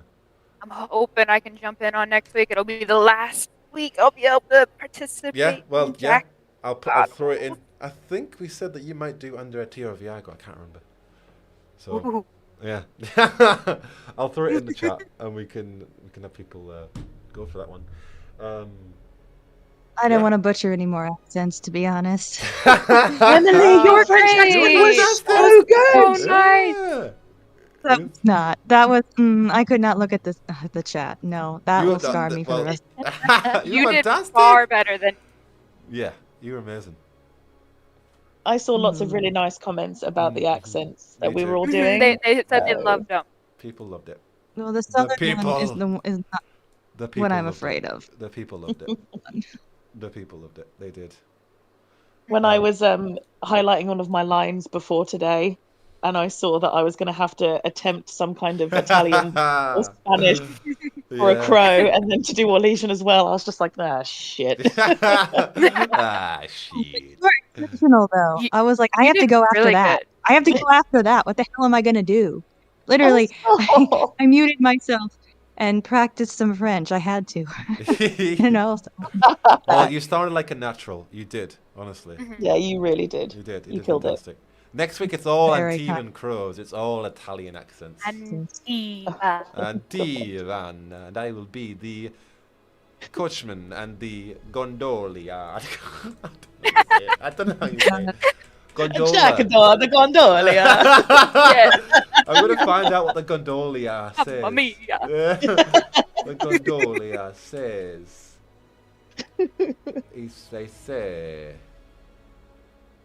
They say, once I find the dialogue. I guess not to derail the current Italian situation conversation. But in Genitivi Dies in the End, when they apparently a part of Arlathan was underground, like it was they literally said a piece of it fell, and so it was underground. Because that whole situation, because I guess it was going back and forth between, you know, the writers and then reality, if it even was reality at this point. It sort of confused me in what was all going on. So it is in the Deep Roads, a library, a fragment of Arlathan's. A shattered down library there, a as library. well. I An love how they called elfin it particularly a library. shattered library. It's like, Yeah. Is that the one from Trespasser? Like, is it a piece from That's the thing, Trespasser? yeah. It might That's be. cool. It might be, yeah, I because we think don't it even could know where be. the Vida Farah was. They called it a shattered library, so it's like, is this the exact one from Trespasser? I would assume so if they're using that particular word. Maybe like a very tiny bit of it. Yeah, yeah. Because that, yeah. Why else would you call it a shattered library? And if we assume You're not Arlathan, you'd think they'd have just a massive area that would be a shattered library, as opposed to having multiple. Of course, they could have multiple, but you'd think that they'd just have one huge one. Who knows? But yeah, I think that's a safe bet, because even Weeks and the team ages ago said that in Trespasser, you are going to places beyond Southern Thedas. They didn't specify where. They just said that this could be Tevinter, it could be other places. It's not for Eldon as you think it would be, which is crazy. Which I love as well. I'm so excited. Oh my god. I know. Flippin' heck. 29 days. 29 days! Which is 29 days. Is that 3? No, that's 4 weeks tomorrow. Oh my god. Let me see what happened 29 days ago. What was the okay? What was the date 29 days ago? I don't know what yesterday It was the 3rd of September. Oh my goodness. What happened on the 3rd of Oh my God. it was a Tuesday. The 3rd of September. I just got. I had a meeting. A marketing meeting at work at 11 a.m. I need to check if I have any memories. I don't think I got my hair cut on the Saturday. Nice. Nothing else happened. Sure. I fucking love it when Jack does monologues. I'm going to see if I've got any photos from the 3rd of September. I bought train tickets on the 5th of September. Woo! And that was it. I have a picture of me with Try a to hot remember dog. that far back. Oh, You have a picture with a hot dog? Yeah. A Discord Korean. immediately, please. A Korean hot dog. Oh, nice. Ooh. It was Nice. from New York. I think I cut it out deliberately for it to look a little bit inappropriate for a joke. So, yeah. Oh. Anyway, yeah, not long ago. Not long ago. It wasn't long ago. It was flipping 4 weeks ago. I mean, it's already October, and that's a shock. This What? is. Oh. What news happened? I can't remember. I haven't been looking at news, to be fair. Same. I think the I have- play testers and the creators and the press were invited like the first week of September. Bloomin' Rose. Wondering like that was like the first week of September. So when we heard about them going, that's how long ago it was, and that wasn't long ago at all. At all. I made my massive recap video on the first week of September, and that feels like I made that yesterday. So not long. What are we doing to occupy the time? Oh. I'm just playing Dragon Age. It's non-stop. I'm actually going through, and for my first time ever, I'm playing Dragon Age Origins modded. Oh Did yeah. the modding by myself. I'm so proud of Hell myself. yeah. Found a couple hiccups I'm fixing. Just some little things, nothing too crazy, because I've played it and beaten it so many times. And then I plan to move on to Dragon Age 2 once I'm done. Get some Hell yeah. mods in there. Do you reckon And you'll then do it in time? Inquisition. I have a lot of time at the moment, which Hell yeah. could change at any point right now. Yeah. Which is why next week I think is the last time I'll be able to be in the JACKDAUDIBLE'S for time. Yeah. But all I'm doing is living, breathing, and then I'll sleep a little bit and playing Dragon Age. Hell yeah. A little bit. Living, breathing, breathe, Dragon Age. Hell yeah. I was up till I think was it 3 or 4 last night, working on stuff. Because sometimes, literally, the inspiration hits you at the most inconvenient times, Yeah. and I Yes. cannot Yeah. decide. It's flipping heck, yeah. It I does. loved reading that last night. Oh, Yeah. Oh, you read it? Oh, thanks. I changed it Yeah. a little bit since Normally, the first Mm. you guys unfortunately get the first iterations, so not the I- edited bit. We get I've the first read some of it, and I'm like, oh, it's so good. Thank you. I'm I a am little excited. behind. It's okay. It's okay. No, there's no pressure to read it all anyway. I only post it to keep myself accountable because otherwise I'm not gonna do it. You're so I'll just think brave. about it. Yeah, that is I brave. could not. I post my haven't even stuff posted mine on- yet. I will. Yeah. I will consider it. No, I will. But yeah, I don't like. Yeah, I will. I'll do it. I'll post a bit. Been I look working on it. Paragraph. Hey, Jack. A paragraph. Say that again, Emily. Said I will look forward to the day when Like- you do. I still am Mhm. waiting on the edge of my seat, just hoping one day I'll get a notification from you in the fanfic, and I won't be alone. Man. I will. All right. Okay. I'll do it after this. I will post. I'll post. Ooh. I might post the romance section then, because I have let people Ooh, read that in steamy. person and they go, ooh. So I'll post. Oh my that god, bit. it's a blessed day. No, there'll be no context, and I'll post just that bit, and people can tell me, okay, or or shit. Your shit, take it back.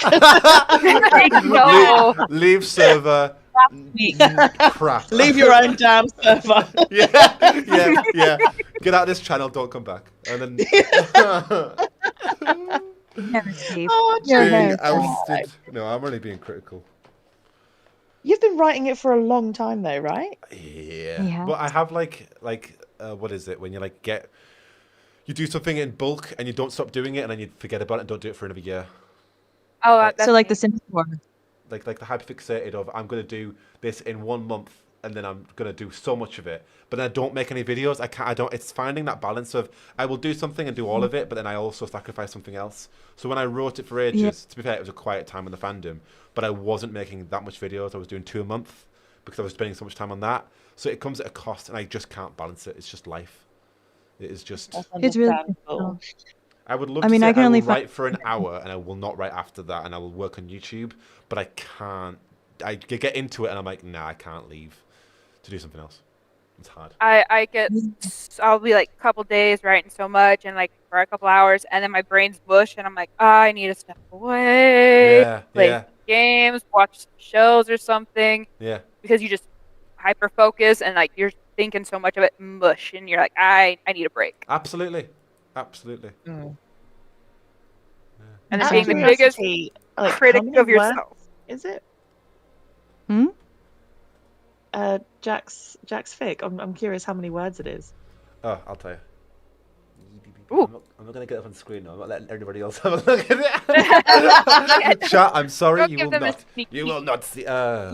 Nat, if you needed any more motivation to become a member and join Discord, This is it. do it it's now. 51,368 words. Ooh, Wow. that. Ooh, we have a novella on our hands. Well, I've got all the chapters drafted. It's 18 chapters, but it's not good. It just says You're needs always more gonna work. be your worst Needs more critic. work from here. Needs more work from here. I'll get a screenshot. How do I do a screenshot on this? I always forget. Shift window Don't S. ask me. There it is. Don't read the actual dialogue. It's drafted, but it just says. Just look at the side. It says needs more work. Needs more work. Yeah. Anyway. Needs to be a Oh my bit, God. yeah. Yeah. I feel like I I'm see. peering into some type of hidden world. I love that Like so forbidden much. fruit, right? I will show chat as well. Chat can just see a sneak. Oh, peek this of is so what I do. inspirational. Now I want to go and start writing again. Please do join me. We can do I'm torn. I do very little of my fanfic. I have my own novels I'm kind of been working on Oh, yeah? for years. Yeah, so Oh, it's wow. just it's been a lot of rough drafting, and it's developed a lot, and like I've been doing a lot of world and lore building, and like it's been a lot, and so now I'm like confident enough to start actually sitting down and writing, and it's just right. oh Yeah. Well, a potential future for Rook Club could be potentially reading fan fiction. I would love that. that as opposed to like a full book. The thing about a full book is if you bring on, I mean, you could obviously have people just voice the character differently. That could work too. But with fan fiction, it keeps it short, but still it can be lengthy. But then it brings on different aspects of it. So it's an idea. It's an idea. I definitely want to continue Rook Club in the future. That is for sure. It's just what that becomes, and that won't be sorted until the new year for sure. With all the Dragon Age frenzy in 4 weeks. Also, when the game comes out, you probably won't have enough time to do much besides play the game. So you Also need enough true. time to get through there. It's true. It's true. And then there might even be more. Well, there will be more fan fiction. There'll be more to do. Yes, so much more. Yeah. Oh my goodness. Jack, I'm impressed by how organized this is. Like, this is acceptable. It's What? very What? neat. I'm immediately Googling, how do I get chapters split on the side? Is it organized? Oh, thank you. Organized. I have my first chapter for Venom of the Gods is 35 pages long in Microsoft Word. Don't come at me. That's what I use. It's okay. I use Because of notes and organization. There are other chapters probably intermixed in it. I don't understand organization. There's just words. No, so mate, this I is have- I had to write I have, like, everything. I have this one document for something that I have been writing for maybe nearly a year and a half. I have no organization. It is one huge document just full of tons and tons and tons and tons of notes. And it is 116 pages. Oh, wow. Love that. See, I Damn. have in my phone when inspiration hits for my stories. I have a notepad. I have this separate folder that says like notes here, spark notes, and it's all filled with a jumble mess, and I have to like scroll through, and it's so much like notes, and I'm like scrolling through. I'm like, oh, I can't remember how to spell that again. And I'm going back up, and I'm like digging through this. I'm like, why didn't I be more organized and put in different notes instead of one giant note? Yeah. I use a diary app on my phone, and most of the time yeah? what I end up doing is the voice to text. Ah, So yeah, I'll yeah. just talk to it. And then, of course, you know, it doesn't add punctuation or anything like that. So it's just No. this jump of words that I have to sift through later when I wake up the next morning and be like, what the hell was I talking about last night? Basically. I do similar, but it's my Jarble. own Discord as well, and it's just right. So what have I got in here? I've got remove playing Clara, a song scene, so just notes and bits of dialogue that I really thought of impulsively. There's one thing I liked. Where was it? Ooh, it's cheesy. Eee. Eee. Where is it? No, I'm not going to read it. But yeah, I have a notebook. There's just a Discord server. I just literally have all my notes. Yeah. It's good though. Definitely recommend didn't know it you could personal use Discord.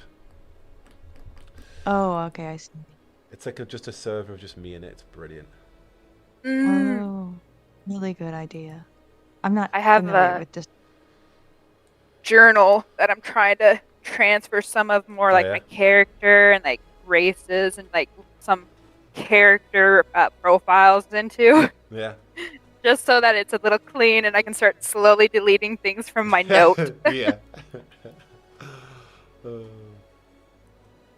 I'm looking at this screenshot you shared, Jack. It's like staring at the Holy Grail. This is how I need to try to start setting up Oh, thank you. So, Well, The that long-lost scene, fiction of that Jackdaw. scene is also a shit scene. It hasn't been polished. Look at the dialogue. It's not like no. I'm so intrigued by this dialogue right now.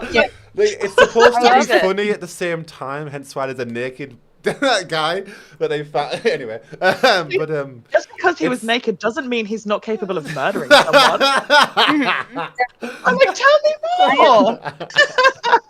so much. I am struck Why? with jealousy. Literally, Jack could find anything he wanted in this setup. And how he has organized this. Any piece of dialogue or notes, he knows where it is. It's no mystery. He Find doesn't it. have to search for it. But then it's It's not jealous. good though. It needs to be good. The thing is, I write the shit. It's dialogue. It needs to be good. So I know where it is, but it's also just saying a particular thing to push the plot. It's not actually captivating, well-written dialogue. For me, it's like this But needs you to push the can later. plot. Yeah, it's I mean, true. It's true. Yeah, edit You know, it. you pepper it here. You go into that Pinterest board. You Yes. find some pretty, Okay. Okay. and you just pepper them in. That's what I do Oh, afterwards. that's a good idea. I'll let you all know on a little secret. So sometimes I want to feel clever. In Microsoft Word, I will, what is the term? Highlight the word. I'll type in a word like, I don't know, waste or something random. And then I'll right click on it and look for synonyms that sound better. Yeah. So, Oh yeah, I've been. there you go. Yes. I do that. Podcast hard. That I is- love the thesaurus. That's what I do. I'm like, this doesn't sound like, this sounds very crude. Let me find something a little more nice and polished. Yeah. Yeah. Exactly. That's the trick. Oh, and Pinterest has a wealth of words. Some words that Microsoft Word doesn't recognize, but I force it anyway. I don't care. It doesn't tell me Yeah. what to do. Yeah, right click add to dictionary. I have You so will many learn this names word. and Yes. terms. This will work. So many names and terms that are like line. that red squiggle. The red squiggle of death. How dare you? It's Not so my mom. annoying. I hate looking at it and seeing all those red squiggles. I'm like, I want to fix it because Yeah. it's a nitpick for me.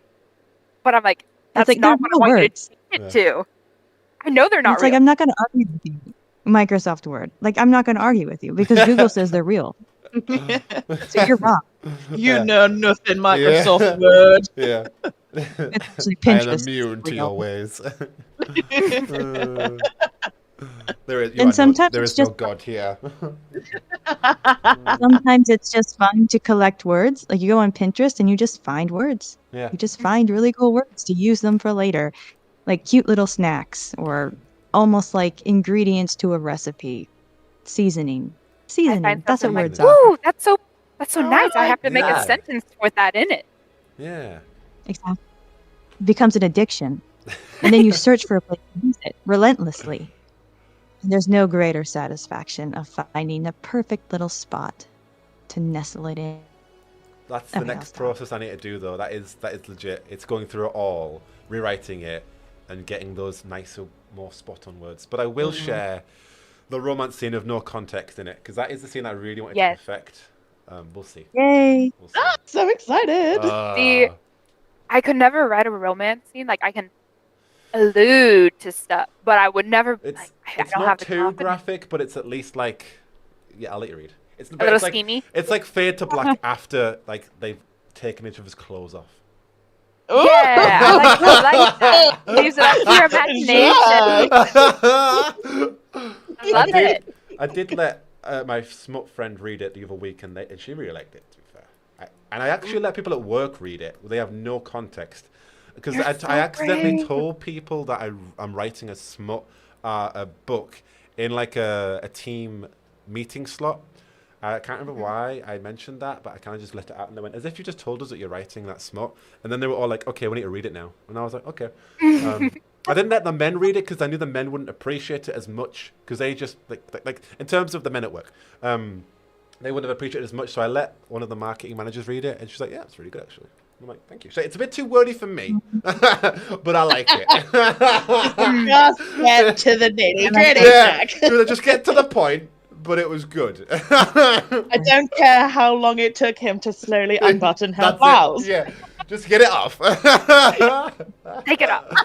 Yeah, I use words like undergarments instead of knickers. Or Yeah. and they're like, she's like, what? So what? What's an undergarment? I'm like, the undergarments. Yeah, underneath. And she's like, just get to the point. I'm like, that is the Under. point. It's fantasy. That is so cute. I'm just picturing this team school, and then Jack just out of nowhere just going, so I'm writing smut. Thoughts? I need to find the actual slides of the meeting of where I brought it up. I think I was talking about in my spare time, I'm writing things, I'm writing a novel. It's a bit of a romance novel, you won't like it. Or it's a bit smutty. And everyone was like, wait, what? And I was like, Smut. yeah. It's not like that at least, it's not really smut, but at least that scene was smutty. I don't really know how to explain the next part. So there's this, I removed the scene, but there was another scene where my main character was going to get pegged via a Kunari device that is legit in the game, but I removed it But that was also an initial inkling that I did remove. But yes, that Wait, was a part of it Pegged too. like sexually or Like I'm sexually sorry, I'm pegged. trying. Yeah. Like And not sexually like pegged. hanging out to dry. No, like with a Kunari device that is in law in the game, they were going to get pegged. Oh. Oh goodness me, Jack! But I I'm removed sitting it. forward. I was like, Queen Rose, why don't maybe I'll find it. But that scene back in immediately is what killed this Kitty says. Literally, put it back in. Put it in the blooming rose. I'll meet you there. I'll see if I can dig it up. The law's accurate. It is Miss Potatatino.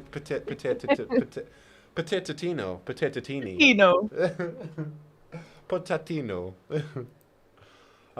I'll consider it. For now, I will put Can my. Rook Club just become like reading your fiction? I don't know how to feel about that. Maybe we'll see one day. Fair. Oh. I only let my Like family and my Mr. Crumb. closest of friends read what I've written. That's the thing. I let people at work read it because they have no context, and so they're reading it for the actual words itself. And like, oh yeah, it's good that. So they don't get the context, and maybe people who do get the context might like it more. I guess we'll see. I made the course he will. mistake of talking about how I like to write, and my one friend, his name's David, is just like, "Oh, what are you writing?" And I'm like, "It's a fantasy." And he's like, "Uh-huh. Is there anything more?"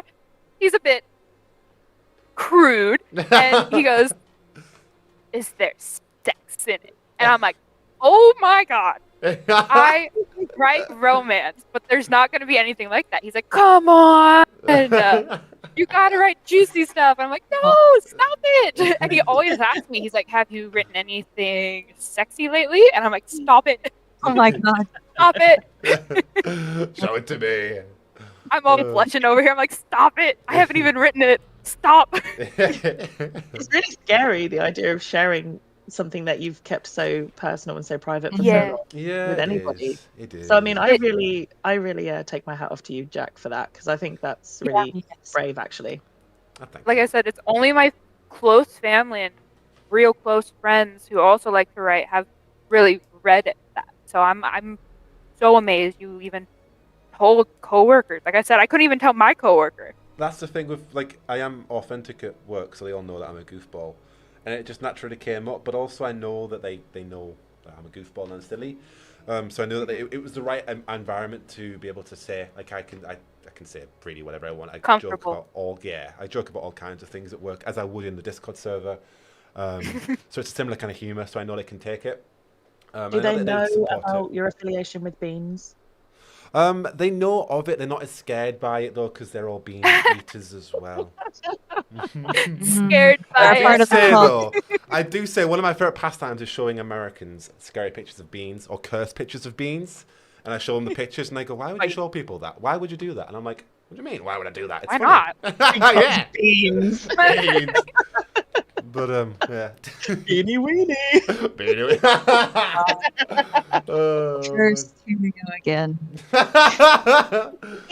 Oh, as much as I'd like to continue with that, we will end this episode of the Rook Club. And join us next week for another double whammy. We have an Old Crow's Old Tricks, which is a small one about an Antivan Crow with a contract to fulfill regarding a Dalish camp or clan. And then we have one of my favourite novels of all time. Favourite short stories in this novel of all time. 8 Little Talons, which will be pure joy, and it will be, I think, the biggest cast. Unless I duplicate characters, we'll find a way. But that'll be a big one, and that'll be so good. So please do join us for that one next week, same time as per usual. And I will throw in the cast in the chat and Discord if anybody wants to sign up for that one. If anybody in the chat, in the chat is wondering about how to join Discord, it is via memberships and stuff like that. I just saw a few comments before. It's just to gate it off and make sure that it's at least not the link isn't going out to everybody. But that literally is the way to join, is via becoming a member. But thank you again to everybody else who joined, and to the caster, Emily and Awkward, and everybody else, Venom and Half Pint and Waxy, who joined us for today. Massively appreciate your fantastic voices. Thank you. Thank you. I loved this session. I loved it. Hell yeah. Yeah, I had so much fun. This was so good. Hell yeah. And Thank you for having me. Absolutely, absolutely. I will. Yeah, we'll get next week sorted and we can go from there. But again, thank you all so much. And also, we have literally 29 days until the next regular game. Try to avoid spoilers if you are. Keep safe online. And yeah, we've literally just need to preoccupy our time. And Rook Club will end in 3 weeks, which will leave 3 weeks, 2 weeks, 2 weeks, something like that. 3 weeks today. So we will have. Well, this will lead up to literally the Veilguard coming out in a week or two. So we're so close, folks.